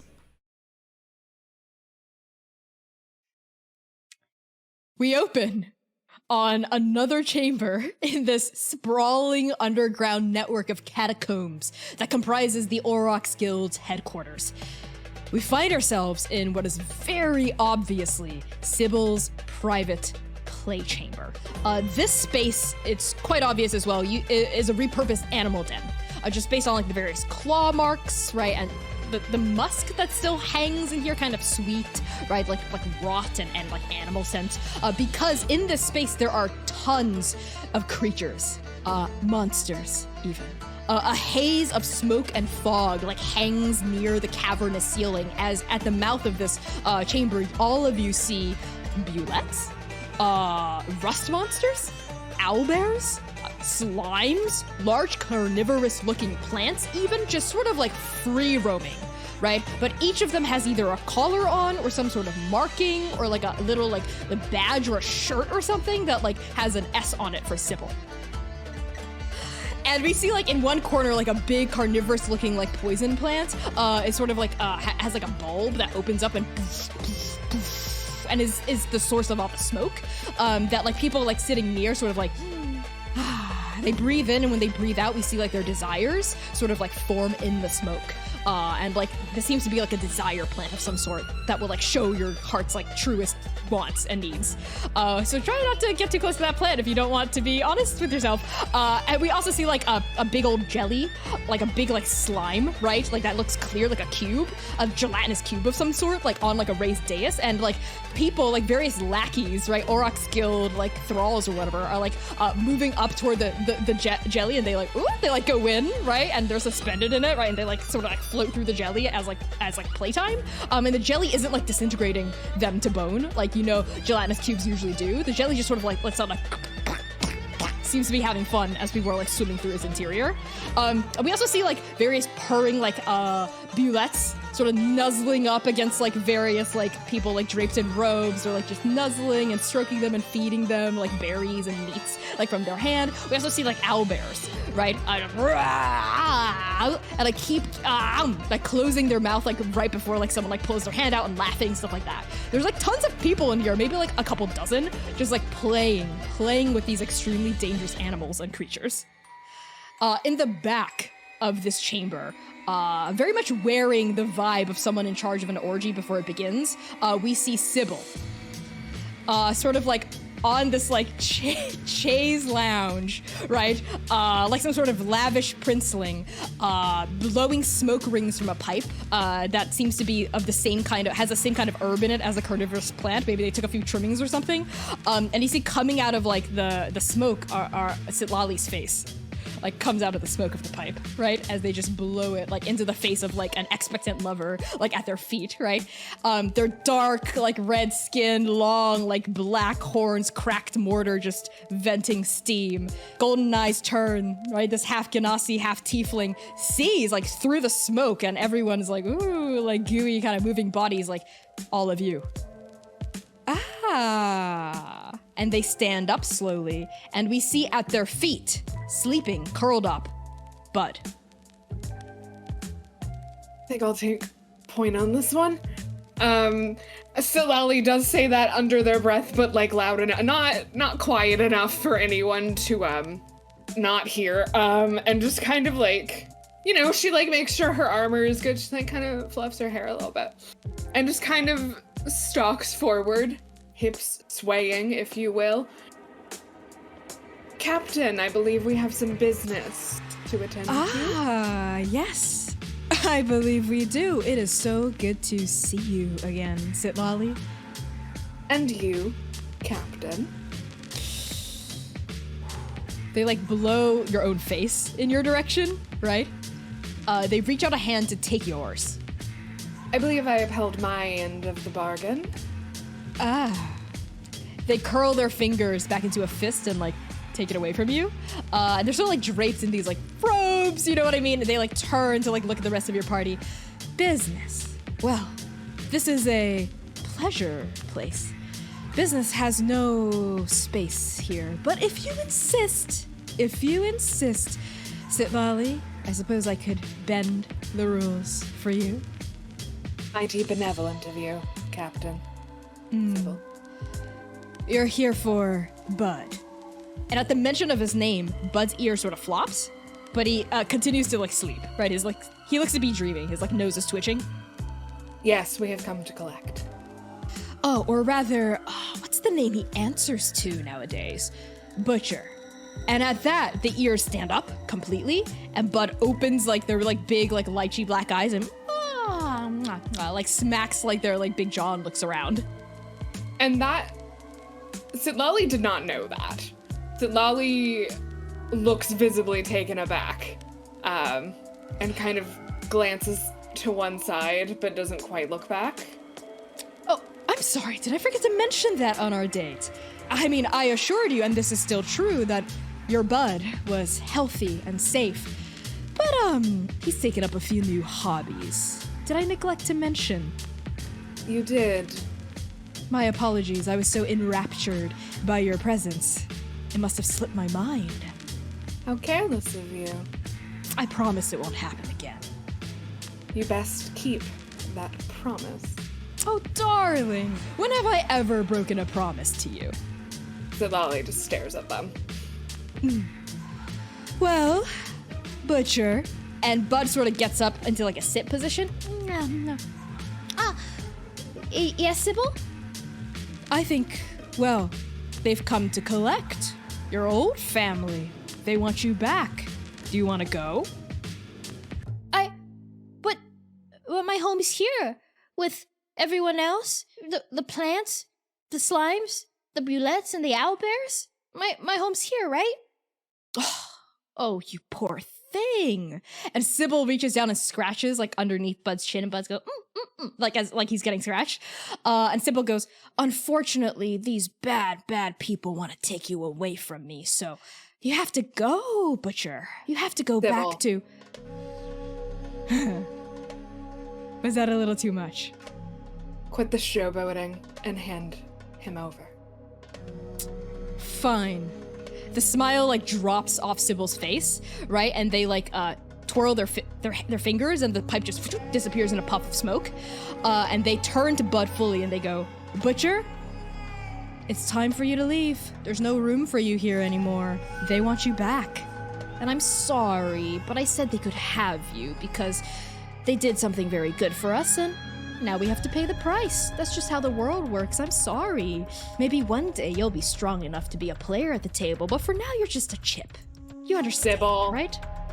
What? I'm doing what you asked. But I come up there. I don't wanna go. You're my friend, right, Sybil? You wouldn't give your friend away. Didn't we have fun? Didn't I do good in the pit, being Butcher? You were a shiny little toy, I'll admit, but frankly... Don't talk about him like that. Oh my. I think Gentle takes a few steps forward, and my hands have been clenched the entire time and glowing with a very pale, sickly green.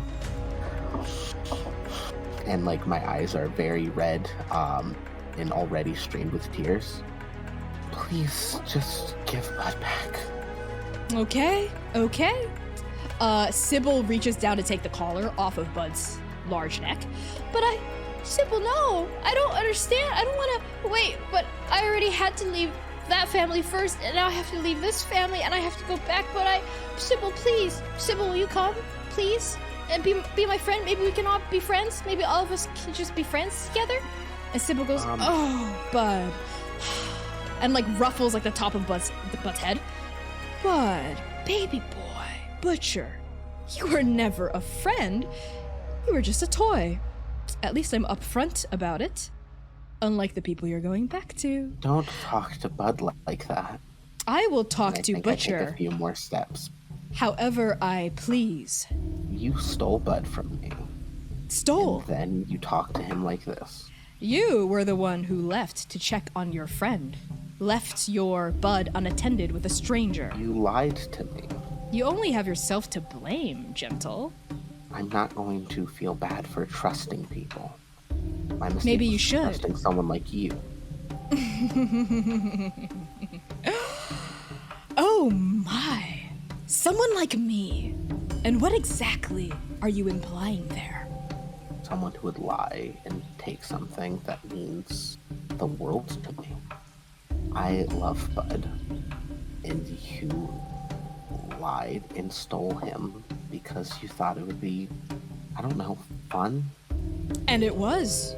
We had so much fun. Gentle, so much fun without you. So many growing moments, so many important memories that you missed. I mean, if Bud meant that much to you, why didn't you come galloping after me immediately after you realized he was gone? I tried. Tried. Uh-huh. That's the operative word there, assume. That's enough, Sybil. Okay. Oh, one more thing, Bud, Butcher, and Sitlali. And like Bud's sitting up there on the dais, like collars off in Sybil's hand that they're like sort of holding like a trophy. Bud hasn't gone over to you quite yet, Gentle.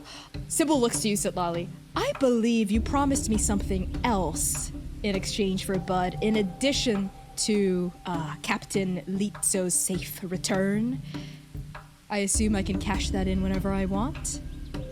Whenever I am in Dabathati, yes. I have a feeling you don't intend to come back for some time. I go where I am needed. So, before you leave, I think I'd like to cash in that debt now. Not immediately, but before your affairs in Dabathati are over. A second date. That was what we agreed upon, yes. Very well then, before you leave, I will see you at our usual spot. Yes, you will. Fine. And Sybil curls their fingers, the one with the collar in it, and the collar erupts into flame, right? And just sort of disappears in a puff of smoke. And Bud just goes, no, And like Bud turns their like big gaze back on you, Gentle, and just goes, I hate you, Gentle! And runs down the dais toward you, but like past you, right? To sulk. I deserve that.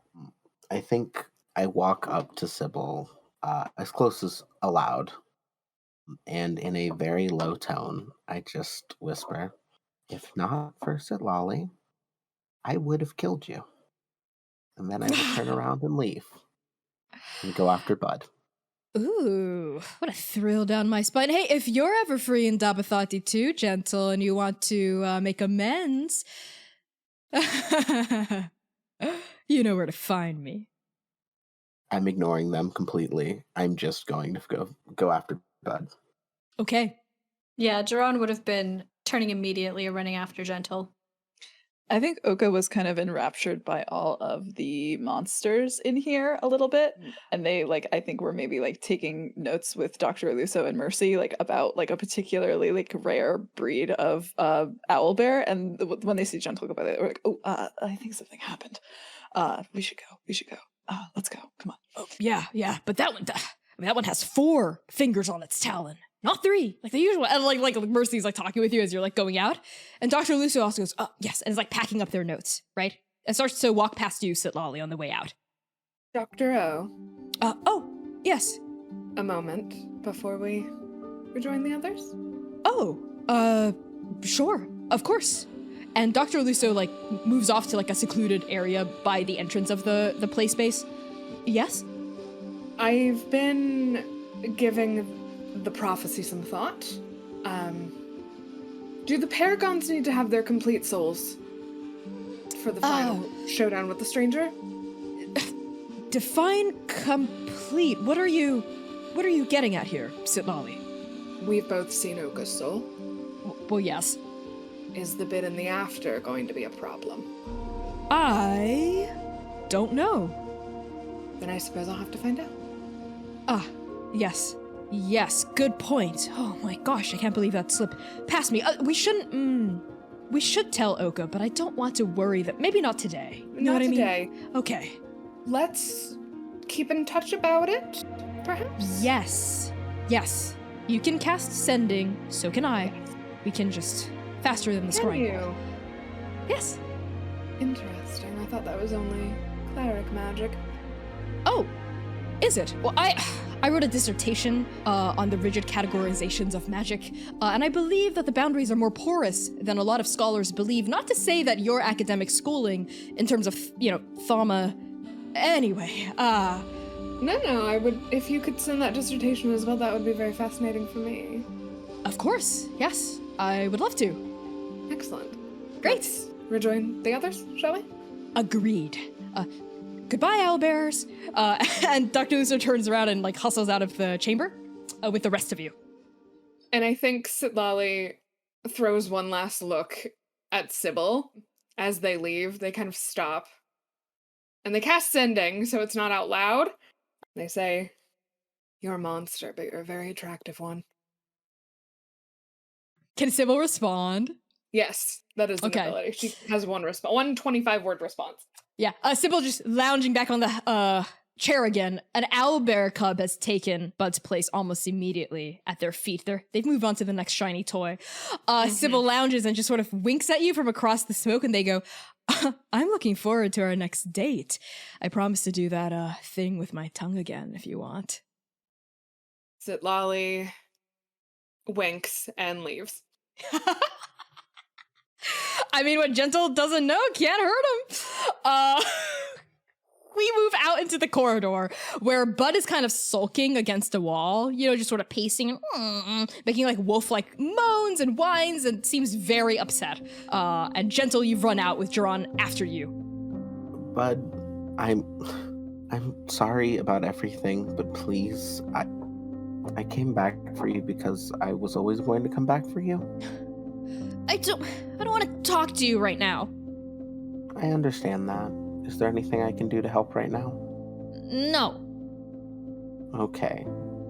Have you eaten recently? Yeah, I had a filet mignon. I could try to learn the recipe for you. You hear like a sniff, and Bud/Butcher looks over his shoulder a little bit at you and says, "Are you still good at cooking?" Yeah, of course. Also, Connie, don't you slash Butcher, Bud. I will fight you. Above the table, I will be fought. Bud says, What? That doesn't even matter. Because Sybil's cooks are really good at making the meat nice and rare just like I want, but with a little bit of sear, and I bet you wouldn't be able to do that. I mean, now that I know that's how you want your food cooked, I can try. I still don't want to talk to you. I'm still mad. I'm just lost one family. I lost a family that I don't even remember, and then I had you, and then I lost you, and then I had Sybil, and now I've lost Sybil. I know, and I don't want you to have to lose anything ever again. I want to keep you safe, and I want you to be safe with the hounds. I mean, we even have Oka, and everyone's back together, and things will get better. And Bud just sort of sinks down to the floor and covers his ears with his paws at the end of your sentence and just sort of buries his head into a corner of the stone. I did also save the dice from earlier, and I just slide the big die that he used to play with back to him. Oh. He doesn't bat it away, but he doesn't engage with it either, right? As it's just like right next to his big paw. At this moment, all of you have exited out into the corridor, you hear the pitter-pattering of really urgent feet coming down the corridor toward you. And you all see a fucked up looking gnome. He is just covered in bruises and scratches, and he's got like this, like his part of his hair has been like torn out a little bit. He looks a little like his eyes are really wide. And he's dressed in the plain leather armor and the proud uniform of the Andake Postal Service. And he like pulls up immediately to your group, and he has like a rolled up scroll in one hand. And he says, which one of you's known as Paragon of Sen? Which one? You, right? It's you? I really wish people wouldn't address me like that on my mail. And Oka snatches it. Here. This was just through Dabathati, but my gods, are the people angry. The people angry? Yeah, well, because of you're gentle, right? Everyone's been talking about you. You're what you said at the conference, and then how the Imago was a no-show, and wow, when people are rioting in the streets, feels like the rage again. Oh no, I'm sorry. No, it's okay. It's mostly contained. I just have to fight through the thick of it to get to a sewer entrance. But I'm okay now. Here's your letter. I can heal you up a little bit too. Are you gonna charge me for that? Because people have offered before, but they've tried to charge me. No. Okay, then And yes, at least please. in healing. Oh, my bones. My hair is coming back. Got it tickles. Thank you. Please take the fucking scroll. Oka takes the fucking scroll. My work here is done. And the courier turns around and just runs back down the hallway. Oka looks after him, looks down at the scroll. If this explodes, I'm gonna be so fucking mad about it. And they open it. The scroll is sealed with a green stamp, with white glittering on the indentation. And the indentation is the sigil of the chrysalis. And written in Talmudi is a letter addressed to you in this beautiful longhand. A little loopy, but very formal, and each letter is very distinct. It reads, Paragon of Sen et al. Let's call a truce. I don't want to run and hide anymore. And I get the feeling you don't want to keep chasing me. Meet me at midnight by the monster cages. Your dragonborn traitor will know what that means. Adam. Oka reads it and then silently passes it to Sitlali. Sitlali cannot read Talmudi. So Lolly's looking at it like, the fuck? Lolly's like, just kind of looks at it, looks to Oka. What does it say?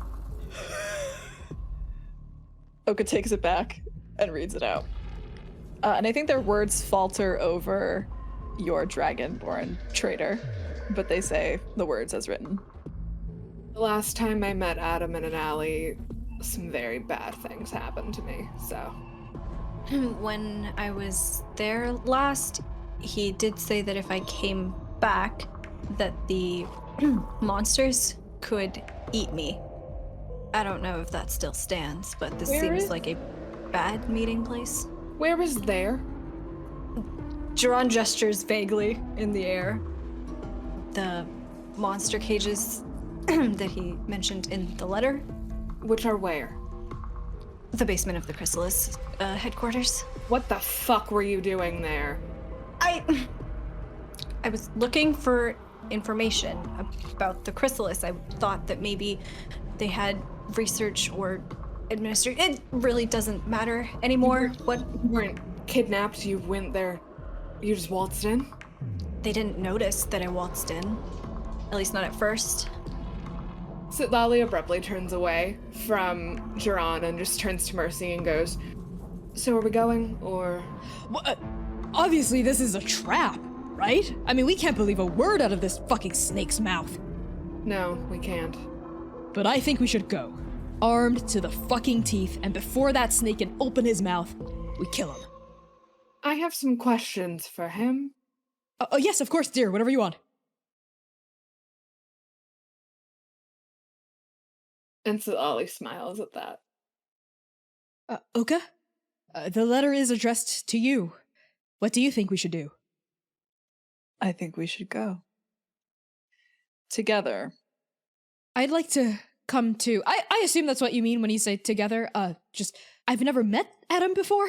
But I've heard about him a lot from V, and now obviously what's happening here. And I'd like to get a first-hand experience of what it's like to deal with the chrysalis. Please trust me when I say you do not. If anything bad happens, I'll make sure to help, of course. But I'll let all of you lead whenever negotiations occur. Gentle? I kind of look over to Bud and I'm like, do you want to come with? If not, No. we have a nice little garden you could hang out in. Okay. You have to be safe and careful. Fine. I'll stay in the garden. I don't want to go do things for you and with you right now. I'm mad at you. And like puts paws back over like his ears and goes quiet. Is he throwing a tantrum? I think he's at the trouble years. It'll be okay, I think. I'm just gonna have to make lots of nice food, so. But is he the equivalent of like a teenager? Because that's kind of old to be throwing a tantrum, know what I mean? I mean, you see his living conditions. Ugh. He was given everything he asked for. I guess he's gotten spoiled a little bit. We gotta toughen him up, feed him some rocks. Know what I mean? No. I mean, respectfully, what the fuck? That's what Hinsa did to me. Sucked on rocks when I was thirsty. Know what I mean? Generates spit, hardens Mercy, You cannot compare yourself to normal people. Thank you. So, Mercy, might I also point out that you did almost kill Hinsa for the fact that he made you suck on rocks? I did do that. Okay, well, maybe not rocks. But, Bud, if you want to stay at the garden while we go do things, perfectly fine. Fine, then I guess we have until midnight. I think on that, we cut through, like, I think a montage of your group's preparations until midnight, right? Like, we like, pan up through layers of sediment, of dirt, of bones, right? Of skeletons, right? Of more dirt, rock, grass eventually, and then stone, and then more grass, and then we like see like the upper area of Dabathati. I don't know, I was thinking of stuff on the ground and grass just came up, but I know Dabathati's a mountain stronghold. You know what, just forget the grass part. But we panned through layers of sediment to get up to the surface level of Dabathati, where we see the hustle and bustle of the city choked up by not riots, but like protests. Angry people congregating in the streets, specifically the streets around the Senate House, holding signs demanding answers about the chrysalis. We also like cut through the sea of people to in front of the chrysalis headquarters, where like chrysalis people like in robes are desperately trying to keep like angry like citizenry of Dabathati demanding answers to their many questions at bay, right? The orphanage house itself is still like clear of people, but the fence around it has just like throngs of people. Like some people are like picking up rocks and throwing it into the yard. You know what I mean? Like people have like signs up being like, we want answers, like a big like X over like a chrysalis. You know, someone else has a sign that says, who is gentle? You know, like that they're like holding up. And it's just so many like confused feelings, mixed emotions, right? And people within the crowd are fighting against each other too. Like there seem to be various sides. There are people who just want to know what the fuck happened during the conference. Where was the miracle, right? Other people who want to know, like, there were clearly people like disrupting the miracle. Like, can we find them and hold them accountable? What was with that fog? Who is gentle? Where is the imago? Like all of these questions, we just hear the shouting of people like echo all the way up to the cavernous roof of Dabathati as afternoon turns inevitably into evening. So, what are the four of you doing to prepare for your parley with Adam? Well, Duran is going to have attempted to anyway debrief everybody on the map that he made of the chrysalis headquarters from the last time that they were there. I don't know who is receptive to this information, but whoever is will have that as well. And he will also want to have spoken to Sitlali specifically about about whatever negotiations we're about to be making. Because assuming that things are going to go the way that they normally do, Sitlali's probably going to be doing a lot of the talking. Yeah, they can talk. Sitlali, I know you spoke to Adam, so I think you probably can understand this better than anybody else here. I don't think that we're going to be able to make any sort of deal with him today. No, and we shouldn't. No, he doesn't hold his end of the bargain. Not in any way that he should, anyway. He promised me that Oka would be safe and, well, their life was always in danger. Right. So I just wanted to ask you, what exactly are we getting ourselves into? Why are we even going? We're going because I want his head on a spike. And you think that we can, surprise him into it? It's the Chrysalis headquarters, Sitlali.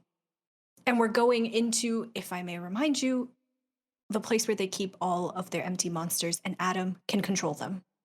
I've seen it. So can you, if I remember correctly. And if it comes down to it, you want me to what? Fight him for control over the empty? Yes. What if... I do. I can't risk hurting any of you by accident again. So speak very carefully. Okay. Fine. But I'm trusting you here, okay? Because you know what he's capable of. Yes, I do. And on that, I think we hear like the splashing of water. I think this isn't Karishma Batawa's secret garden where you all are preparing. As Mercy strides forward and says, "Hey, Sitlali, what do you think? Sharpened up my sword." Looks great, babe. Thank you. That's all. She puts her sword like back on her back and strides back away, right? Maybe past Gentle. So Gentle, how are you preparing to talk with Adam? I'm currently cooking food. I mean, I know what I have to do as Gentle. I just need to make food for Bud now to make sure he's content while he's waiting for us to come back. What do I have to roll for food? What are you trying to make? I'll try my best. Deconstructed filet mignon, of course. Do you have a cut of meat that you could work with? Probably. Okay, but it's probably like been frozen, right? And like preserved as like a raw cut of meat. Okay, so I'm gonna have you roll nature, I guess? Nature or survival, up to you, to cook a meal. Survival. Okay. That's a 19.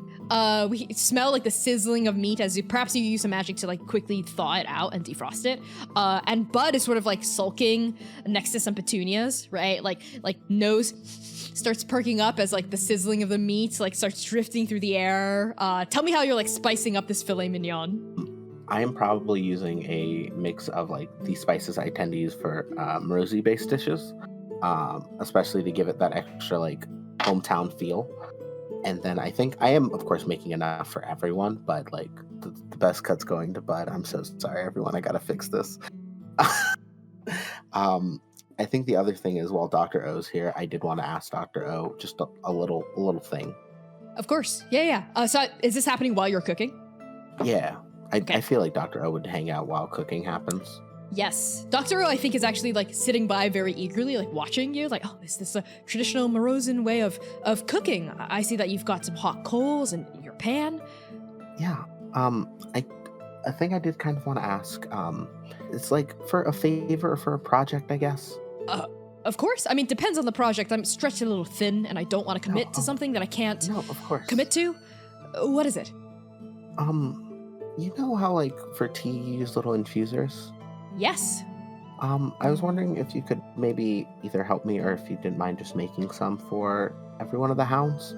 Just so, I can, just in case we ever are separated, I can make little, like packs of tea for them. Of course. That's very sweet of you, Gentle. I'll make sure to make them before we part ways again. You can do that easily? Well, yes. I mean, infusers are quite simple. I just need to look at one. I'll memorize its shape, get some mesh wiring. I think I have some back at the cottage. Just a couple of little silver instruments here and there. Should be good. Oh, okay. Did you want some steak, by the way? Yes, please. And yeah, I think I just made like a meal for the hounds. It's important to be well-fed and energized going into a confrontation with a horrible salesman from 2016. Bud's nose twitches with your 19, right, as Dr. Lusso goes off to inform everyone dinner's ready, and lifts his head a little bit. You see him begin to salivate, but he says, "That smells horrible. Nothing like how Sybil's chefs make it at all." Yeah, but this was home cooked and made with love, and maybe if you try it, you might still like it. I gave you the big cut. He bites it and chews it and swallows it. That was disgusting. And he turns around, right? Clearly lying. I want to turns insight. around. No, you don't even have to. He was lying through his teeth. He's like drooling so much. Turns around and keeps sulking. But like you hear like his tummy was just rumbling, like stop rumbling.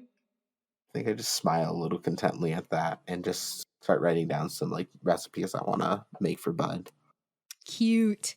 As Dr. Aluso takes like a plate of dinner like across the way, I think they stop in front of Oka. So Oka, how are you preparing? I think Oka had unsheathed Dream Hunter and was, I think, with Mercy for a little while, like polishing and sharpening it. And I think then they fell asleep. Like, I think the sword is kind of like planted in the ground. Like they're like leaned up against one of like a tree. And they slept for like 3 hours in a hole. And they didn't sleep at all the night before. And they're exhausted. So I think they like have like fallen asleep kind of like literally like holding the sword against themselves. Like it's a stuffed animal. A very sharp stuffed animal. When nobody was looking, I think Jaron would have come by and put like a blanket over Oka to make sure that they are comfortable, but making sure that nobody sees this. Okay. Yeah, Oka, you smell through your dreamless nap. Really delicious meat smell? And you also hear a voice go, Oka? Oka? Huh? And your Sorry, mouth what? is full of meat as you unconsciously surge forward, biting, and you've just bitten into the filet mignon. Oka. Hello. Ugh. And Oka drops it. Oh. What is that? It's filet mignon. You love meat. And Dr. Aluso like flings their hand a bit and like the filet mignon like drifts off the grass and they like clean it off, right? It almost seems to like whirl backward through time, like before you slapped it, and it like plants back down onto the plate. Just some minor chronomancy I picked up. I think in Jukai. I don't quite remember. Are you okay, Oka? Yeah, sorry, I nap. And Oka takes the plate and like starts cutting into it a little bit. They put a piece in their mouth, and then they take the piece out. Is something wrong? Please don't tell Gentle, but I'm pretty sure that they dumped coal into this. What? Do you mind if I try it? Oh, Gentle. Godspeed. Oh, no. And Dr. Aluso puts it in their mouth. Their face sort of, like, they tilt their head to the side. Huh. They chew, and they swallow. The same piece that was just in your mouth, Oka. They swallow. They cut another piece in, like, more fervently. They pick it up, and they just chew it and eat it like normal. Oka, this is really good. It's some of the best steak I've had, actually, in recent years. It tastes like soot. Like ash. No, Oka, it tastes... Oh. And Dr. Aluso puts the plate back down, like on top of some rocks and says, Oka? No, please. I can't do this today. Not this. Please. And Oka lifts the blanket, I think, up over their head and like tries to hide themselves. Please, Oka. I can't. I think Not perhaps today. what removing Vinash from your soul means your soul's more yourself. So when it rushes in to fill the gap, more aspects of your Celian self are... No, don't say it, please. You might have to become vegetarian. You hear a scream from the corner of the camp. Everyone else. Like a wail of despair. Mercy comes running, is booking it, newly sharpened greatsword out. Where is it? Where is he? I'll cut that smug smirk off his blonde little face. Mercy, I'm a vegetarian! What? No, you're not. And they throw the blanket down. Yes, I am! Oh, fuck. It's happened, right? And like Mercy turns to Dr. Aluso, who nods grimly, like delivering like a news of death. And Mercy just plants the sword in the ground, strides up to you, Oka, pulls you up, like throws like the blanket off your head, so you're like face her like a person, face her like a hunter. She like claps a big hand on your shoulder and says very seriously, invigoratingly, Oka, It's okay. You can still eat pussy like a champ.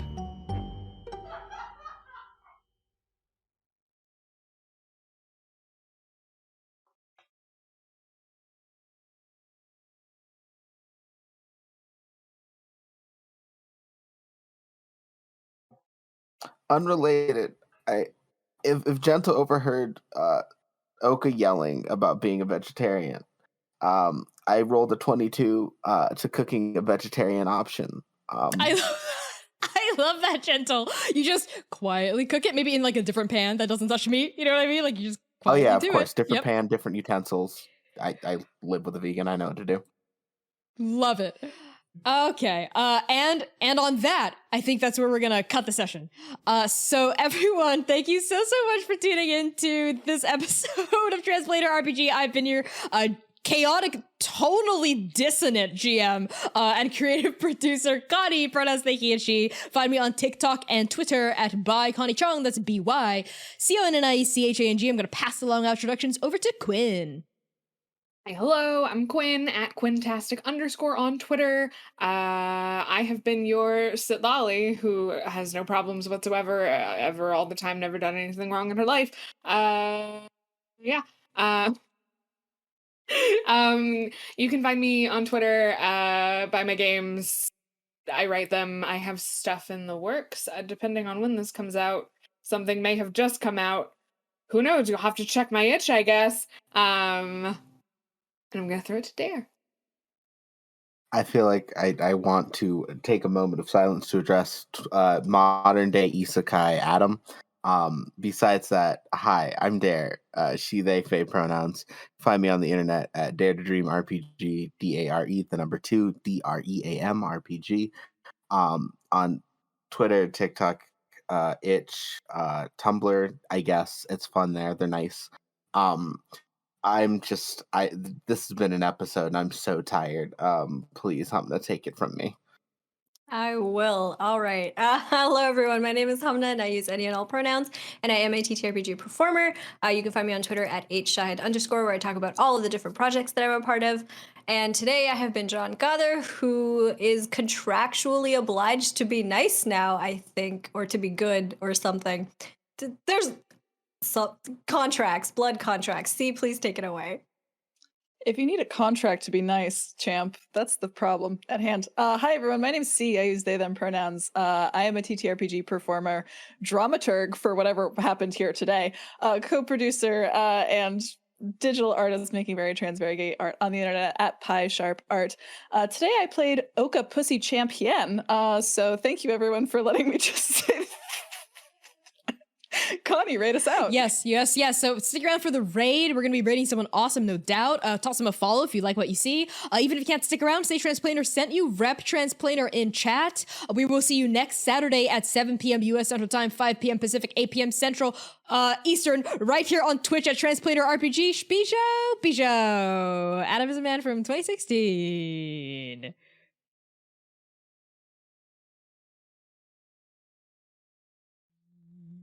Dum de dum dum dum dum